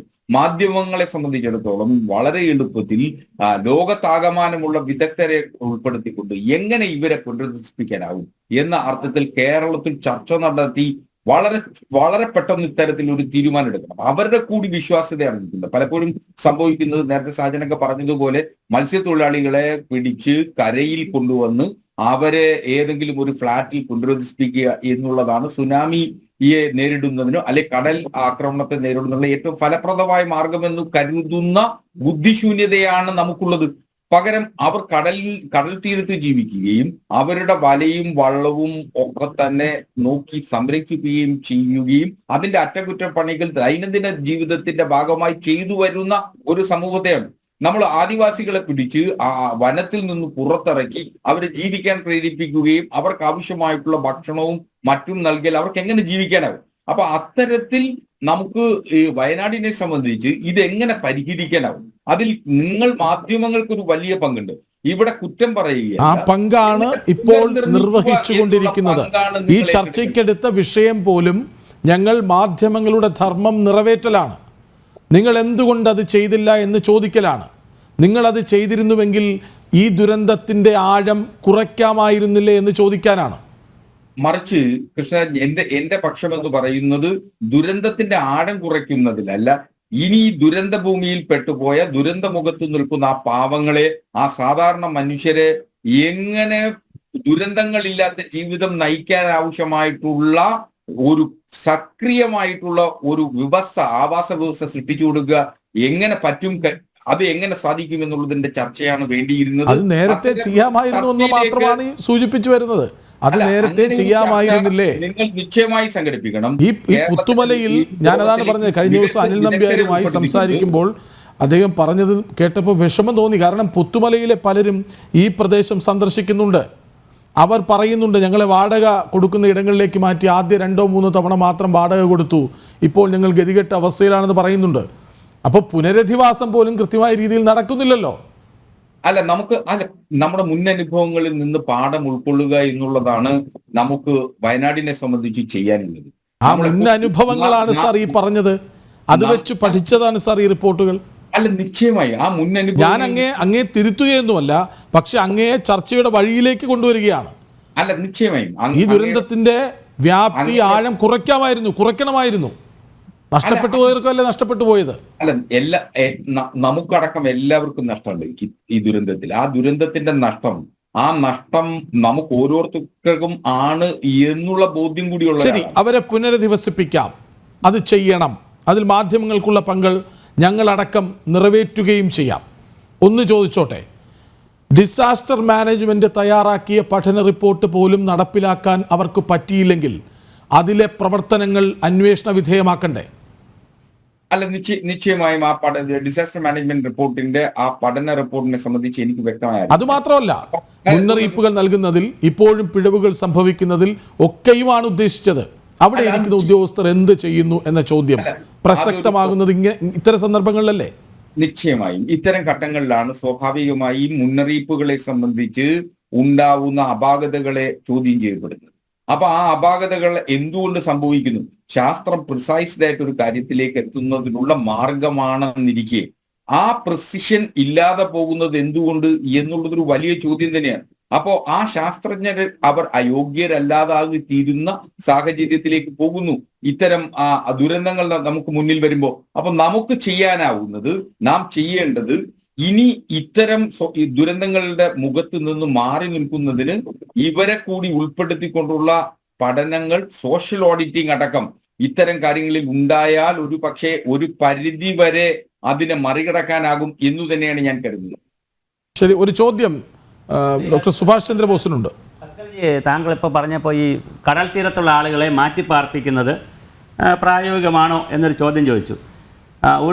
നേരത്തെ പ്രളയം വരുന്നതിനും ഓഖി വന്ന സമയത്ത് ഞാനൊരു പുസ്തകവും ലേഖനവും ഒക്കെ എഴുതുകയും മത്സ്യത്തൊഴിലാളികൾക്ക് അയച്ചു കൊടുക്കുകയും ഇവിടുത്തെ സൂസാപ്പാക്യം തിരുമേനിക്ക് കൊടുക്കുകയും ഒരു ചർച്ച ഉയർത്തിക്കൊണ്ടുവരികയും ചെയ്തു. ഞാൻ അതിനകത്ത് പ്രധാനമായി വച്ചിരുന്നൊരു നിർദ്ദേശം, തീർച്ചയായിട്ടും കടൽ തീരത്തുള്ള ആളുകൾ കുറച്ച് മാറി താമസിച്ച് കഴിയൂ, നിങ്ങൾ കടൽ തീരത്ത് പോയി ഇത് ചെയ്തോളൂ, കുറച്ച് മാറി താമസിച്ച് കഴിയൂ. പക്ഷേ അന്ന് ആ കാലഘട്ടത്തിൽ ഞാൻ വിവിധ ചാനലുകൾ ചർച്ചയ്ക്ക് വരുമ്പോൾ മത്സ്യത്തൊഴിലാളികളുടെ നേതാക്കളായിട്ടുള്ള യൂണിയൻ്റെയൊക്കെ നേതാക്കൾ നഖശികാന്തം എന്നെ എതിർത്തു, വളരെ വൈകാരികമായിട്ടൊക്കെ സംസാരിച്ചു, എനിക്ക് സങ്കടം ഉണ്ടാകുന്ന രീതിയിലൊക്കെ സംസാരിച്ചു. പക്ഷേ പിന്നെ അവസാനം എന്ത് സംഭവിച്ചു? പുനർഗേഹം പദ്ധതി തന്നെ ഗവൺമെൻറ് എടുത്തു. പദ്ധതി എടുത്തിട്ട് അവരിപ്പോൾ മാറി താമസിക്കാൻ തയ്യാറാണ്. തീർച്ചയായിട്ടും അവർ കടലിൻ്റെ വളരെയധികം ഓരത്ത് നിന്ന് മാറി താമസിച്ച് പുനർഗേഹം പദ്ധതിയിലേക്ക് വരാൻ തയ്യാറാണ്. അപ്പോൾ ജനത വരും, തീർച്ചയായിട്ടും ജനങ്ങൾ വരും. അപ്പോൾ ഈ വയനാടിലും നമുക്ക് വളരെ സമഗ്രമായ പഠനങ്ങളുടെയും സമഗ്രമായ പരിപാടികളുടെയും ഭാഗമായി ജനങ്ങളെ വിശ്വാസത്തിലെടുത്താൽ ജനങ്ങളെ നമുക്ക് അത് സിസ്റ്റമാണ്. ഞാൻ മൊത്തത്തിൽ പറയണം, നമ്മുടെ എല്ലാ സിസ്റ്റവും കൂടി വിചാരിച്ചുകൊണ്ട് കഴിഞ്ഞു. ഓക്കെ, ഇനിയെങ്കിലും അനുഭവങ്ങളിൽ നിന്ന് നമുക്ക് പാഠം പഠിച്ചിട്ട് നിർബന്ധമായി അവരെ മാറ്റിയേ പറ്റൂ. അവർ മാറുമോ ഇല്ല എന്നൊരു ചോദ്യത്തിന് പ്രസക്തിയില്ല മാഷേ. അവർ ജീവിച്ചിരിക്കണമെങ്കിൽ അവർ മാറിയേ പറ്റൂ. അതിനുള്ള സ്ട്രാറ്റജികൾ എന്താണ്? ഇതാണ് നമ്മൾ ചർച്ച ചെയ്യേണ്ടത്. ശരി, അതിലേക്ക് വരാം. അതിനൊരു മറുപടി കൂടി ഉണ്ട് സർ. വളരെ പെട്ടെന്ന് പറയാം. സുനാമിയുമായി ബന്ധപ്പെട്ട് സുനാമി ബാധിതരായിട്ടുള്ള ആളുകളെ സംസ്ഥാന സർക്കാർ കൊടുത്ത ഫ്ലാറ്റുകൾ കൊല്ലത്തുണ്ട്, എന്റെ നാട്ടിലുണ്ട്. എനിക്ക് നേരിട്ട് അറിയാവുന്നതാണ്. ആ ഫ്ലാറ്റുകളൊക്കെ വാടകയ്ക്ക് കൊടുത്തിട്ട് വീണ്ടും തിരിച്ച് കടൽ തീരത്തേക്ക് വന്ന് താമസിക്കുന്ന മത്സ്യത്തൊഴിലാളികളെയാണ് നമുക്ക് കാണാൻ കഴിയുന്നത്. ആ ഫ്ലാറ്റുകൾ ഉള്ള ഫോളോ ചെയ്യാനൊരു സംവിധാനമില്ലേ? നാട്ടിന്റെ പൊതു സ്വഭാവം അത് ഫോളോ ചെയ്യാൻ സംവിധാനമില്ലേ? അതാണ് ഒരു പദ്ധതി ആവിഷ്കരിച്ചാൽ അത് നടപ്പാക്കിയാലും അതിന് പിന്നാലെ സഞ്ചരിച്ച് അതിലെ ശരിയും തെറ്റും വിലയിരുത്തേണ്ട ഉത്തരവാദിത്വവും ഭരണ സംവിധാനത്തിനാണ്. നമ്മുടെ ഒരു വലിയ പരിമിതി അതുകൂടിയാണ്. നാം നടപ്പിലാക്കുന്ന നമ്മൾ ഈ ജനാധിപത്യ സംവിധാനത്തിൽ പരാജയമാണെന്ന് ഒറ്റവാക്കിൽ പറയേണ്ടി വരും. അതെ, അങ്ങനല്ല.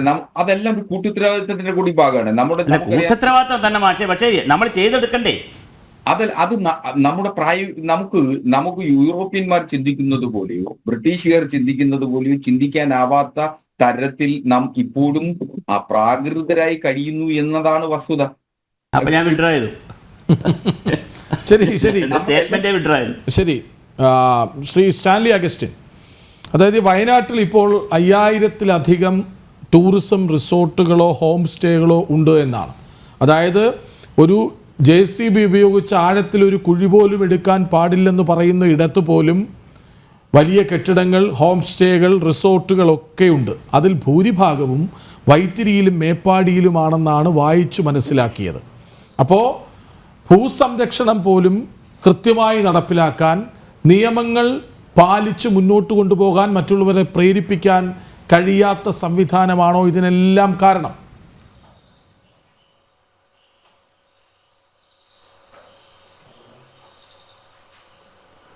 നമ്മൾ ഇപ്പോൾ ഇത്രയും വലിയൊരു പ്രശ്നം ഉണ്ടായിട്ടും വെറുതെ അനാവശ്യമായ കാര്യങ്ങളാണ് പറഞ്ഞുകൊണ്ടിരിക്കുന്നത്. നമ്മളൊരു പൂരപ്പറമ്പിനെ കുറിച്ചോ ഒരു ഉത്സവ സ്ഥലത്തെക്കുറിച്ചോ ഒന്നുമല്ല സംസാരിക്കുന്നത്. കുറേ അവിടെ കൂടിയിരിക്കുന്ന കുറേയധികം ആളുകളെ കുറിച്ചല്ല നമ്മൾ സംസാരിക്കേണ്ടത്. ഞങ്ങൾ ഇവിടുത്തെ ദുരന്തം അനുഭവിച്ച് ഞങ്ങൾ അത് കണ്ടുകൊണ്ടിരിക്കുന്ന ആളുകളാണ്. ഇതിൻ്റെ വരും വരായികൾ അനുഭവിച്ചുകൊണ്ടിരിക്കുന്ന ആളുകളാണ്. അപ്പോൾ അതിന് ശാശ്വതമായ ഒരു പരിഹാരം എന്നുള്ള രീതിയിൽ ഇവിടെ നിയമ സംവിധാനങ്ങളുണ്ട്. അത് കൃത്യമായിട്ട് പ്രവർത്തിക്കണമെന്ന് പറയുമ്പോൾ വെറുതെ കാട് കയറി കുറെ ചർച്ച നടത്തിയിട്ടൊന്നും കാര്യമില്ല. നിങ്ങൾ വളരെ അൺറിയലിസ്റ്റിക് ആയിട്ടാണ് കാര്യങ്ങൾ സംസാരിക്കുന്നത്. നമ്മുടെ ലാൻഡ് യൂസിനെ കുറിച്ച് കൃത്യമായ പ്ലാനുകളുണ്ട്. എവിടെ എങ്ങനെ അവിടെ ഉപയോഗിക്കണം എന്നുള്ള പ്ലാനുകളുണ്ട്. അത് നടപ്പാക്കണം. അത് നടപ്പാക്കാൻ എന്താണ്, ആരെക്കുറിച്ചാണ് പറയുന്നത്? കാര്യമില്ലാത്തതാണ് ചർച്ച ചെയ്യുന്നതെന്ന് അങ്ങ് ഉദ്ദേശിച്ചത് ആരെയാണ്? ദുരന്തങ്ങൾ എങ്ങനെ എങ്ങനെ എങ്ങനെ കാര്യമില്ലാത്ത വിഷയമാണ് ഇപ്പോൾ ചർച്ച ചെയ്തുകൊണ്ടിരിക്കുന്നതെന്ന് അങ്ങ് പറഞ്ഞല്ലോ. അത് ആരെ ഉദ്ദേശിച്ചാണ്? അല്ലെ എന്തിനെ കുറിച്ചാണ്? അതെ, കാര്യമില്ലാത്ത വിഷയം എന്ന് പറയുമ്പോൾ ഇനി ദുരന്തങ്ങൾ ഉണ്ടാവാതിരിക്കാൻ നമ്മൾ എന്ത് ചെയ്യണം എന്ന് പറയുമ്പോൾ ഈ ദുരന്തങ്ങളിൽ ആളുകളെ അങ്ങോട്ട് മാറ്റണം, ഇങ്ങോട്ട് മാറ്റണം, ഇങ്ങനെ വളരെ ലാഘവത്തോടെ നിങ്ങൾ കാര്യങ്ങൾ സംസാരിക്കരുത്. ചർച്ചയ്ക്ക് വന്നിരിക്കുന്ന ആളുകൾ, കാരണം ഒരു ദുരന്ത മുഖത്ത് നിന്നാണ് ഞങ്ങൾ സംസാരിക്കുന്നത്. ഇത് ഒരുപാട് ദുരന്തങ്ങളുണ്ട്. ഇത് ദുരന്തങ്ങൾ ഉണ്ടാകുന്നത്. ആ ദുരന്തങ്ങൾ ഇവിടെ അനുഭവിച്ചതുകൊണ്ടാണ് നമ്മൾ പറയുന്നത്. വെറുതെ നമ്മൾ ചർച്ച ചെയ്തിട്ട് കാര്യമില്ല. നിങ്ങളിപ്പോൾ ചോദിച്ചതിനുള്ള മറുപടി ഞാൻ പറയാം. നിങ്ങൾ റിസോർട്ടുകളുടെ കാര്യവും മറ്റു കാര്യങ്ങളൊക്കെ, ലാൻഡ് യൂസ് ഉണ്ട്. എവിടെയും എങ്ങനെ ലാൻഡ് യൂസ് ചെയ്യണം എന്നുള്ള കൃത്യമായ പ്ലാനുണ്ട്. അതിനനുസരിച്ച് അവിടെ റിസോർട്ട് വേണമോ അല്ലെങ്കിൽ വീട് പണിയണോ മറ്റെന്തെങ്കിലും പണിയണോ എന്നുള്ളതിൽ ലാൻഡ് യൂസ് ഉണ്ട്. അത് നടപ്പിലാക്കിയാൽ മതി. അത് നടപ്പിലാക്കാത്ത എന്താണ്? ഇപ്പൊ നമ്മൾ തമിഴ്നാട്ടിലെ കോയമ്പത്തൂർ ടൗണിൽ വെച്ച് വൈദ്യുതി ഉണ്ടാക്കാൻ പറ്റില്ല. ചെറിയ സംശയം. അവിടെ വയനാടിലെ ലാൻഡ് യൂസ് അനുസരിച്ച് ഏതൊക്കെ ഭൂമിയിൽ എന്തൊക്കെ ചെയ്യണമെന്ന് ആരംഗീകരിച്ച ലാൻഡ് യൂസ് നയമോ ഉത്തരവോ അല്ലെങ്കിൽ സംവിധാനമോ ഉള്ളത് ആരംഗീകരിച്ചതാണ്? ഗവൺമെൻറ്റാണോ, പഞ്ചായത്താണോ, NGO ആണോ, ജനങ്ങളാണോ? ആരെങ്കിലും അപ്രൂവ് ചെയ്തിട്ടുള്ള ഒരു ലാൻഡ് യൂസ് നയമോ പരിപാടിയോ ഉത്തരവോ ഉണ്ടോ? അറിയാൻ വേണ്ടി ചോദിച്ചാണ്, അക്കാഡമിക്കായിട്ട് ചോദിച്ചതാണ്, അല്ലാതെ ഞാൻ തർക്കത്തിന് വേണ്ടി ചോദിച്ചത്. ജില്ലാ ദുരന്ത നിവാരണ അതോറിറ്റിയുടെ ഉത്തരവുണ്ട്. ജില്ലാ ദുരന്ത നിവാരണ അതോറിറ്റിയുടെ ഉത്തരവെന്ന് പറഞ്ഞാൽ ലാൻഡ് യൂസിനെ സംബന്ധിച്ചല്ല, കെട്ടിടങ്ങളുടെ പൊക്കവും എത്ര കെട്ടിടം വയ്ക്കാം അതിൻ്റെ സൈസിന്, അല്ല ലാൻഡ് യൂസിനെ സംബന്ധിച്ചുണ്ടോ? കെട്ടിടങ്ങൾ പിന്നെ അല്ലല്ല അങ്ങനെയല്ല. നമ്മൾ ലാൻഡ് യൂസ് ചെയ്യാതെ, ലാൻഡ് കൃത്യമായി പാകപ്പെടുത്താതെ നമുക്ക് ഒരു ബിൽഡിംഗ് ഉണ്ടാക്കാൻ പാടില്ല. അതല്ല സാറേ, ഞാൻ ചോദിച്ചത് എന്തൊക്കെ കൃഷി ചെയ്യാം, ഓരോ സ്ലോപ്പിൽ എന്ത് കൃഷി ചെയ്യാം, എത്ര ഡിഗ്രി സ്ലോപ്പിൽ കൃഷി ചെയ്യാം, കൃഷി ചെയ്തുകൂടാത്ത സ്ഥലം എവിടെ, എന്ത് കൃഷി ചെയ്യണം, ആ കൃഷി ചെയ്യണമെങ്കിൽ എന്തൊക്കെയാണ് പരിഹാര മാർഗ്ഗം, അങ്ങനെ ഒരു സംവിധാനം ഉണ്ടോ? ഞാൻ അറിയാൻ വേണ്ടി ചോദിച്ചാണ്. താങ്കൾ വയനാട് ആയതുകൊണ്ട് ചോദിച്ചതാണ്. തീർച്ചയായിട്ടും ഉണ്ട്. തീർച്ചയായിട്ടും ഉണ്ട്. നിങ്ങൾക്ക് അതിൻ്റെ എല്ലാ ഫയലുകളും ഞാൻ കാണിച്ചു തരാം. നിങ്ങൾക്ക് കളക്ടറേറ്റിൽ പരിശോധിക്കാം. ലാൻഡ് പ്ലാന്റിനെ കുറിച്ച് സംസ്ഥാന സർക്കാർ ഇറക്കിയ ബുക്കുകളുണ്ട്, ഉത്തരവുകളുണ്ട്, നിയമങ്ങളുണ്ട്. അത് വായിച്ചു നോക്കിയാൽ അത് കൃത്യമായിട്ടുണ്ട്. അത് സോറി ടു സേ അങ്ങനെ ഒരു ഡോക്യുമെന്റ് ഉണ്ടെങ്കിൽ അയച്ചു തരണം. അതുകൊണ്ടാണല്ലോ ദുരന്ത നിവാരണ നിയമപ്രകാരം ഇറക്കിയ ഉത്തരവ് എന്ന് പറയുന്നത്. അങ്ങനെ ഒരു പോളിസി ഇല്ല. തീർച്ചയായിട്ടും അയച്ചുതരാം. ഞാനതല്ല ഈ പറഞ്ഞുകൊണ്ടിരിക്കുന്നത് ഇത്രയും നേരം. 3128 അത് DCWD. അതെല്ലാം ഈ ലാൻഡ് യൂസിനെ സംബന്ധിച്ചല്ല മാഷേ, അത് കെട്ടിട നിർമ്മാണവുമായി ബന്ധപ്പെടുത്തിയിട്ടാണെന്നേ. ദുരന്ത നിവാരണ അതോറിറ്റിയുടെ ചെയർമാൻ ഒപ്പിട്ടിരിക്കുന്ന കടലാസുകളാണ് സാർ. അതെല്ലാം കെട്ടിട നിർമ്മാണവുമായി ബന്ധപ്പെടുത്തിയിട്ടാണെന്ന്, അല്ലാതെ കെട്ടിടങ്ങൾ വയ്ക്കുന്നതാണ്, അല്ലാതെ ലാൻഡ് യൂസിനെ സംബന്ധിച്ചല്ല. കെട്ടിട നിർമ്മാണം, ഒരു കെട്ടിടം ഉണ്ടാക്കണമെങ്കിൽ അതിനു മുൻപ് അവിടെ കൃത്യമായിട്ട് ലാൻഡ് ഡെവലപ്പ് ചെയ്യണം. ലാൻഡ് ഡെവലപ്പ് ചെയ്തതിന് ശേഷം മാത്രമേ ബിൽഡിംഗ് ഉണ്ടാക്കാൻ. അങ്ങനെയല്ല സാർ, ഞാൻ പറഞ്ഞ അങ്ങനെയല്ല.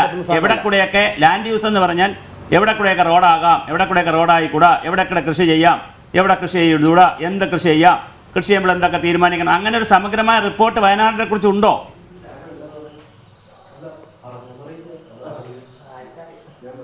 ഉണ്ട്, തീർച്ചയായിട്ടും ഉണ്ട്. ഇവിടെ പഞ്ചായത്തിൽ കൃത്യമായിട്ടുള്ള കാര്യങ്ങളുണ്ട്. ഇതൊക്കെ നേരത്തെ ഇവിടെ ഡിഫൈൻ ചെയ്ത് വെച്ചിട്ടുണ്ട്. ജില്ലാ ദുരന്ത നിവാരണ അതോറിറ്റി, ജില്ലാ ദുരന്ത നിവാരണ ചെയർപേഴ്സൺ ഇറക്കിയ ഉത്തരവുകൾ ഇവിടെ ഉണ്ട്. അതാണ് ഞാൻ ഈ പറഞ്ഞത്. 2022 ഗീത IAS എന്ന് പറയുന്ന കളക്ടർ ഇറക്കിയത് ഉത്തരവുണ്ട്. അത് നടപ്പാക്കണമെന്ന് മാത്രമേ ഞങ്ങളുടെ ആവശ്യമുള്ളൂ. അത് നടപ്പാക്കിയിരുന്നെങ്കിൽ പോലും ഇവിടുത്തെ പ്രശ്നങ്ങൾ പകുതി കുറയുമായിരുന്നു. അല്ല, ഞാൻ ചോദിച്ചത് എന്റെ ചോദ്യം താങ്കൾ വേറെ കാര്യം കൂടെ പറഞ്ഞു. ഇത് ആ ഉത്തരവുകളെല്ലാം നടപ്പിലാക്കിയിരുന്നെങ്കിൽ ഉരുൾപൊട്ടൽ ഉണ്ടാവില്ലായിരുന്നോ?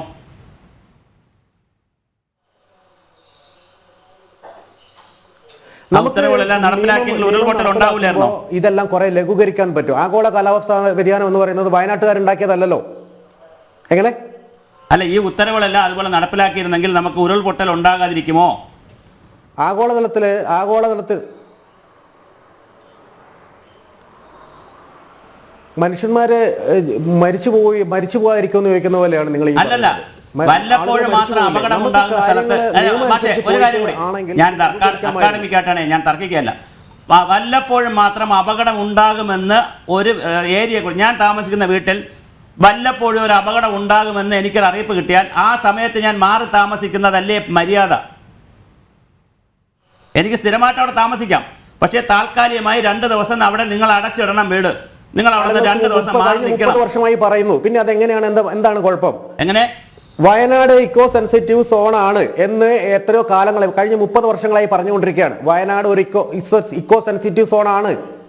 അല്ല, എക്കോ സെൻസിറ്റീവ് സോൺ ആണെങ്കിലും അവിടെ ഇന്ന മേഖലകളിൽ ഇക്കോ സെൻസിറ്റീവ് സോൺ ആണ്. അതേപോലെ തന്നെ നീലഗിരി ബയോസ്ഫിയറിൽ ഉൾപ്പെടുന്നതാണ്, അത് ഇക്കോ സെൻസിറ്റീവ് സോൺ ആണ്. അല്ല, എക്കോ സെൻസിറ്റീവ് സോൺ ആണെങ്കിലും അവിടെ ഇന്ന മേഖലകളിൽ കൃത്യമായിട്ട് ഡിഫൈൻ ചെയ്തിട്ടുണ്ട്, എല്ലാ മാപ്പുകളും ഉണ്ടല്ലോ. അല്ല സാർ, 25 പഞ്ചായത്തുകളിലായിട്ട് ലക്ഷക്കണക്കിന് ആളുകൾ താമസിക്കുന്നുണ്ട്. അവിടെ മുഴുവൻ സമയവും എക്കോ സെൻസിറ്റീവായിട്ട് അല്ല കിടക്കുന്നത്. എല്ലാ സമയവും ഉരുൾപൊട്ടൽ മേഖലയല്ല ഉണ്ട്. എല്ലാ സമയവും ഉരുൾപൊട്ടലാണോ? 150 വർഷത്തിനിടയിൽ അവിടെ എത്ര ഉരുൾപൊട്ടൽ വന്നു? ഇവിടെ ഈ മുണ്ടക്കൈ സ്ഥലത്ത് തന്നെ 150 വർഷത്തിനിടയിൽ എത്ര ഉരുൾപൊട്ടൽ വന്നു? മുണ്ടക്കൈ എന്ന് പറയുന്ന സ്ഥലത്ത് ഉരുൾപൊട്ടൽ എത്ര പ്രാവശ്യം വന്നു 150 വർഷത്തിനിടയിൽ? 1984 വന്നിട്ടുണ്ട്. അതെ, പിന്നെ അതിന് മുമ്പ് എപ്പോ വന്നു? ഒരു മിനിറ്റ്, അതിന് മുമ്പ് എപ്പോ വന്നു? അതിന് മുമ്പ് എപ്പോ വന്നു? നമ്മൾ സയൻസ് തന്നെ പറയാം. ഞാൻ വയനാടിനെ കുറിച്ച് പഠിച്ചിട്ട് പറയാം, പഠിച്ചതുകൊണ്ട് പറയാം. ജനിച്ചതിന് ശേഷമുള്ള കാര്യം എനിക്കറിയത്തുള്ളൂ. അല്ല, അതിന് മുമ്പുള്ള കാര്യം ഞാൻ പറഞ്ഞുതരാം. മാഷിന് ഞാൻ പഠിക്കുന്ന ആളല്ലേ, ഞാൻ പറഞ്ഞുതരാം. 2015 മുതൽ 2021 വരെ തന്നെ നിങ്ങൾ സാറ് പഠിക്കുന്ന ഒരാളാണെങ്കിൽ അതിനനുസരിച്ച് കൃത്യമായിട്ട് പറയും. നമ്മൾ പറയുന്നത് നമ്മൾ തർക്കമില്ല. 150 വർഷമായി അവിടെ ആളുകൾ താമസിക്കുന്നു.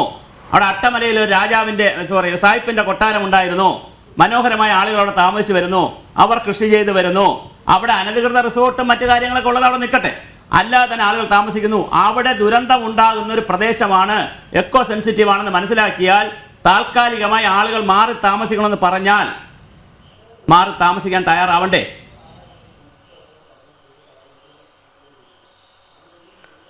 ഒരു ലോ നടപ്പാക്കേണ്ടതാരാ സാറേ? അത് ഗവൺമെന്റ് അല്ലേ? അത് അവരെ ബോധവൽക്കരിക്കണ്ടേ പ്രശ്നങ്ങൾ ഉണ്ടെങ്കിൽ? ശരി ശരി, രണ്ടുപേരിലേക്കും വരാം. കളക്ടറേറ്റിൽ പോയിട്ട് ഒരു സമരം ചെയ്തു കഴിഞ്ഞാൽ അവിടെ പോലീസ് ഇടപെട്ട് അവരെ അടിച്ചു മാറ്റില്ലേ? ശരി, ചർച്ചകൾ ഒരേ കാര്യമാണ് പറയുന്നത്. ഞാൻ വരാം. ഐസൻ, ഈ 2018 അതായത് 6 വർഷങ്ങൾക്ക് മുൻപ് വയനാട്ടിലെ അനധികൃത കയ്യേറ്റങ്ങൾ ഒഴിപ്പിക്കണമെന്ന് ഡൽഹി IITയുടെ ശുപാർശയുണ്ട്. തീർന്നില്ല. 2020 റിപ്പോർട്ടാണ് നമ്മളിപ്പോൾ കണ്ടത്. കഴിഞ്ഞ വർഷം ഡൽഹി IIT തയ്യാറാക്കിയ മാപ്പിൽ ഉരുൾപൊട്ടൽ സാധ്യതാ പ്രദേശങ്ങളിൽ വയനാട്ടെ പലയിടങ്ങളുമുണ്ട്. അതായത് റിപ്പോർട്ടുകൾ തുടരെ ഇങ്ങനെ വരുന്നു. നമ്മൾ പഠിക്കേണ്ടവർ പഠിക്കുന്നു, പക്ഷെ പ്രവർത്തിക്കേണ്ടവർ പ്രവർത്തിക്കുന്നില്ല, അല്ലേ? കൃഷ്ണരാജ്, അങ്ങനെ തന്നെയാണ് നമുക്ക് വിലയിരുത്തേണ്ടത്. കാരണം റിപ്പോർട്ടുകൾ തുടർച്ചയായി ഇത് സംബന്ധിച്ച് വരുന്നുണ്ട്. കാരണം എനിക്ക് ഓർമ്മ വെച്ച കാലം മുതൽ വയനാടിൻ്റെ ഈ ഒരു അപകടാവസ്ഥയും വയനാടിൻ്റെ ഈ ഭൂമിയുടെ പ്രത്യേകതയും അതുപോലെ തന്നെ വയനാടിനോട് വലിയ ആത്മബന്ധമുള്ള ഒരാളാണ്. പലപ്പോഴും നമ്മൾ വ്യക്തിപരമായി സംസാരിക്കുമ്പോൾ പോലും വയനാടിനെ കുറിച്ച് വാതോരാതെ ഈ ദുരന്തത്തിന് മുൻപും സംസാരിച്ചിട്ടുള്ള ആളാണ് ഐസൻ. അതുകൊണ്ടുകൂടിയാണ് ഐസൻ്റെ സാന്നിധ്യം, ഉത്തരങ്ങൾ ഒക്കെ ഇവിടെ ശ്രദ്ധേയമാകുന്നത്.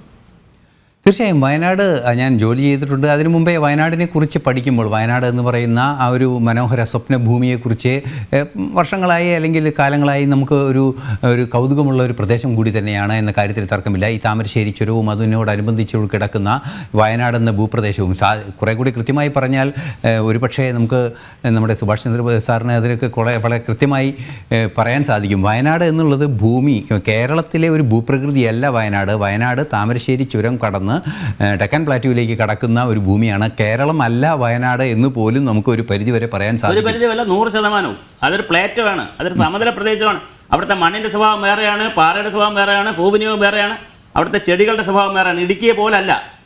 വേറെ വ്യത്യസ്തമാണത്. അതെ, തീർച്ചയായും ഈ താമരശ്ശേരി ചുരം കയറി നമ്മൾ താഴോട്ട് ഇറങ്ങുകയാണ്, അല്ലെങ്കിൽ സാങ്കേതികമായ അത്തരത്തിൽ ആ ഒരു വേറൊരു മേഖലയാണ്, കേരളത്തിൻ്റെ പശ്ചിമഘട്ടത്തിൻ്റെ അപ്പുറത്തുള്ള ഒരു മേഖലയാണ് വയനാട്. അതുകൊണ്ട് തന്നെ ആ പ്രദേശത്തിന് ഒരുപാട് പ്രത്യേകതകളുണ്ട്. നമുക്കറിയാം കബനി നദി ഒഴുകുന്നത് കിഴക്കോട്ടാണ്, പടിഞ്ഞാറോട്ടല്ല എന്നുള്ളത് നമ്മൾ വളരെ ചെറുപ്പത്തിലേ പഠിച്ചിട്ടുള്ള ഒരു കാര്യമാണ്. അതുപോലെ ആ ഭൂപ്രദേശത്തിൻ്റെ പ്രത്യേകത ഒരുപാടുണ്ട് എന്നതൊരു യാഥാർത്ഥ്യം തന്നെയാണ്. അത്തരത്തിൽ കേരളത്തിൻ്റെ ഭൂപ്രകൃതിയുമായി നേരെ തിരിഞ്ഞിരിക്കുന്നൊരു പ്രദേശം കേരളത്തിൻ്റെ ഒരു ജൂറിസ്ഡിക്ഷനിൽ അല്ലെങ്കിൽ അധികാരപരിധിയിൽ എത്തിയിരിക്കുന്നു. ഭാഷാപരമായ സംസ്ഥാനങ്ങൾ വേർതിരിച്ചപ്പോൾ ഭൂമി ആ പ്രദേശം ഈ കേരളത്തിൻ്റെ ഭാഗമായി എന്നത് മാത്രമാണ് ഒരു കേരളത്തിൻ്റെ ഒരു പ്രത്യേകതയായി ഉള്ളത്, അല്ലെങ്കിൽ നമ്മൾ അവിടെ ഉള്ളതിൻ്റെ നമ്മളുടെ നിരവധി മനുഷ്യർ അവിടെ എത്തിയതിൻ്റെ ഒരു കാരണമായുള്ളത്. മാത്രമല്ല ആ പ്രദേശത്തുള്ള വലിയ ഗുരുതരമായ പ്രശ്നങ്ങൾ എന്ന് പറയുന്നത് വലിയ തോതിൽ ഫോറസ്റ്റ് കവർ ഇല്ലാതായിരിക്കുന്നു എന്നതാണ്. നമുക്കറിയാവുന്നതാണ്, നിരവധി ആനത്താരകൾ എന്ന് പറയുന്ന നിരവധി ആനത്താരകളുള്ള പ്രദേശമാണ് ഷാനമംഗലം, അതുപോലെ തന്നെ നിലമ്പൂരിൽ നിന്ന് താഴേക്കുള്ള അപ്പൻകൊപ്പം, അത്തരത്തിലുള്ള നിരവധി ആനത്താരകളുള്ള ഒരു പ്രദേശമായതുകൊണ്ട് തന്നെ ആനത്താരകളെക്കുറിച്ച് നമുക്ക് പഠിക്കുമ്പോൾ മനസ്സിലാക്കാൻ സാധിക്കും, ആനത്താരകൾ ഹൈ വെജിറ്റേറ്റഡ് ഏരിയ ആയിരിക്കും, ആനകൾക്ക് ഭക്ഷണമായി മാറുന്ന അവയുടെ സഞ്ചാരപഥങ്ങളായിരിക്കും. അതുകൊണ്ട് തന്നെ ആ പ്രദേശത്ത് നടക്കുന്ന കയ്യേറ്റങ്ങളെല്ലാം തന്നെ എന്ന് പറഞ്ഞാൽ ഭൂമിയുടെ, നേരത്തെ സാറൊക്കെ പറഞ്ഞതുപോലെ ഈ ഭൂമിയുടെ സ്വഭാവം മാറ്റുന്ന കൃഷി രീതികൾ, റബ്ബറുണ്ട്, അതുപോലെ തന്നെ ഏലകൃഷിയുണ്ട്, അത്തരത്തിലുള്ള വൈവിധ്യങ്ങളായ കൃഷികൾ അവിടെ നടക്കുന്നുണ്ട്.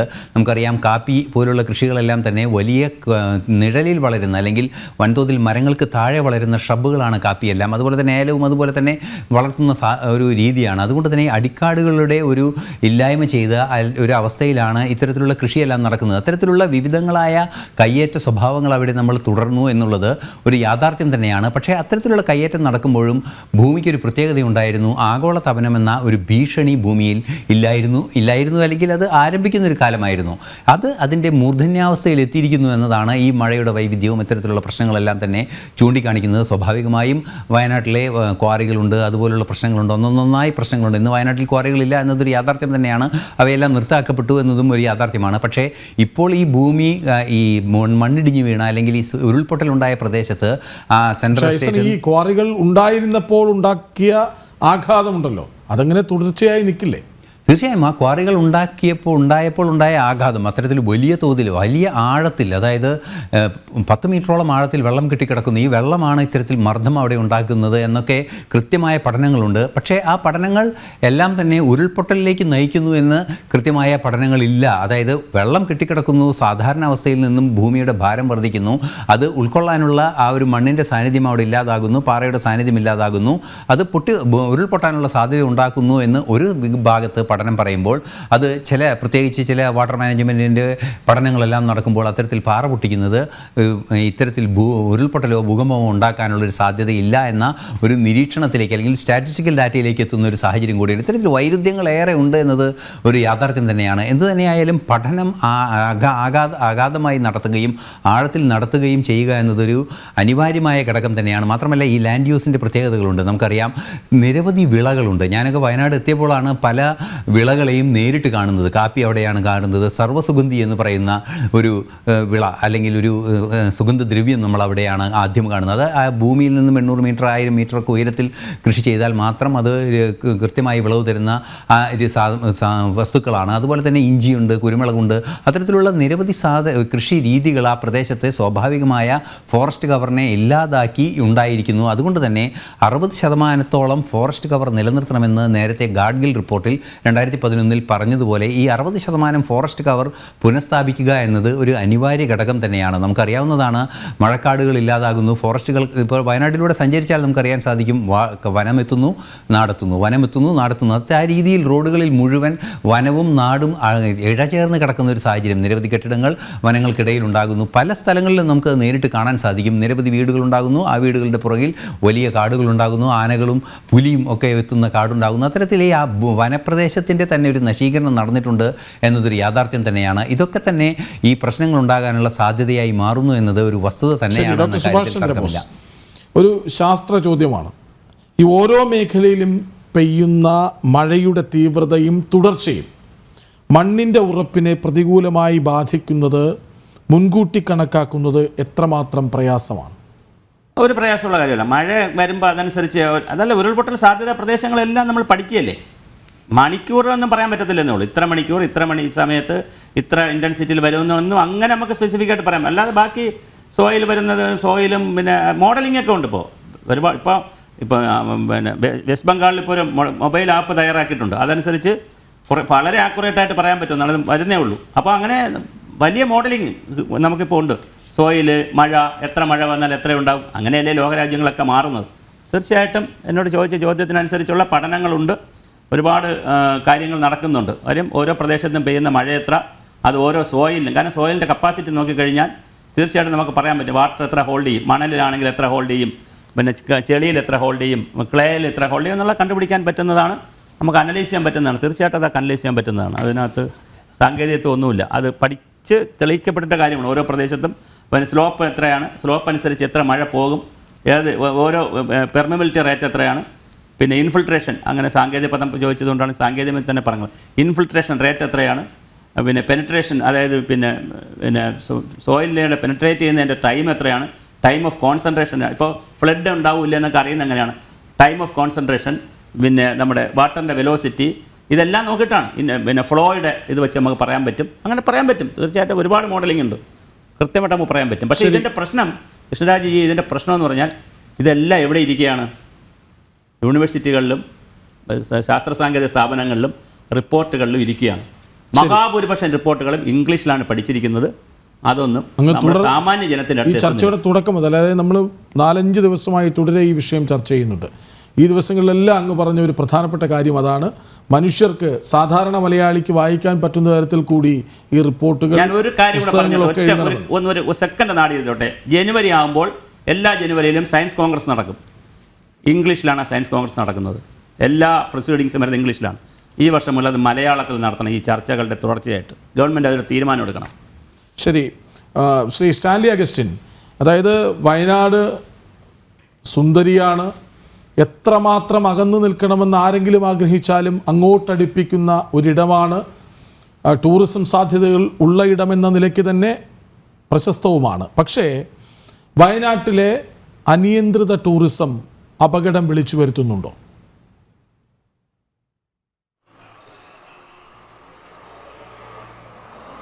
തീർച്ചയായിട്ടും എല്ലാത്തിനും ഒരു നിയന്ത്രണങ്ങൾ ആവശ്യമാണ്. അത് അനിയന്ത്രിതമായിട്ടുള്ള കാര്യങ്ങൾ ആകുമ്പോൾ അതെന്തായാലും അപകടങ്ങൾ ഉണ്ടാക്കിയിട്ടുണ്ട് എന്നുള്ളൊരു കാര്യം സംശയമില്ലാത്തൊരു കാര്യമാണ്. അതുകൊണ്ടാണ് വയനാട് എന്ന് പറയുന്നത് ഇപ്പം വർണ്ണിച്ചതുപോലെ തന്നെ അവിടെ കൃത്യമായിട്ടുള്ള റൂൾസ് ആൻഡ് റെഗുലേഷൻസ് അനുസരിച്ച് മാത്രമേ എല്ലാ കാര്യങ്ങളും ചെയ്യാൻ പാടുള്ളൂ. അത് ചെയ്യാത്തതിൻ്റെയാണ് ഇങ്ങനെ കാലങ്ങളായിട്ട് അനുഭവിച്ചുകൊണ്ടിരിക്കുന്നത്. ഇത് ഒരു ദിവസം കൊണ്ട് ഉണ്ടായതൊന്നുമല്ല. നേരത്തെ പറഞ്ഞ കണക്ക് വലിയ രീതിയിലുള്ള ഫോറസ്റ്റേഷനുണ്ട്, തേക്ക് മരങ്ങളുണ്ട്, സെന്നയുണ്ട്, അതേപോലെ ലൻഡാന നിറഞ്ഞു നിൽക്കുന്നു, അതേപോലെ കുന്നിൻ ചെരുവുകൾ വലിയ രീതിയിൽ നശിപ്പിക്കപ്പെട്ടിട്ടുണ്ട്. 39,000 ഹെക്ടർ നെൽവയൽ ഉണ്ടായിരുന്നു വയനാട്ടിൽ 1960 കണക്ക് പ്രകാരം. ഇപ്പോൾ അത് വളരെ 4,000-ന് അധികമായി എന്ന് പറയുന്നു. ഒരുവിധപ്പെട്ട വാട്ടർ ബോഡീസുകൾ മുഴുവനും വയലുകളും എല്ലാം ആഴത്തിൽ ചാലുകോരിയും അല്ലാതെ മണ്ണിട്ടും ഒക്കെ നികത്തിക്കളഞ്ഞു.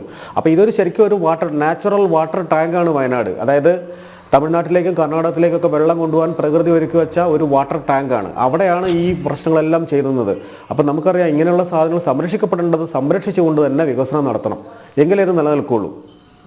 അതിനകത്ത് ഇപ്പോൾ ഒരാളെ കുറ്റം പറഞ്ഞിട്ട് ടൂറിസം എന്നോ അല്ലെങ്കിൽ മറ്റുള്ള ഏതെങ്കിലും ഒരു കാര്യം കുറ്റം പറഞ്ഞതുകൊണ്ട് കാര്യമില്ല. ഇതെല്ലാം അനിയന്ത്രിതമായിട്ട് അനുമതി കൊടുക്കുന്നത് ആരാണ്?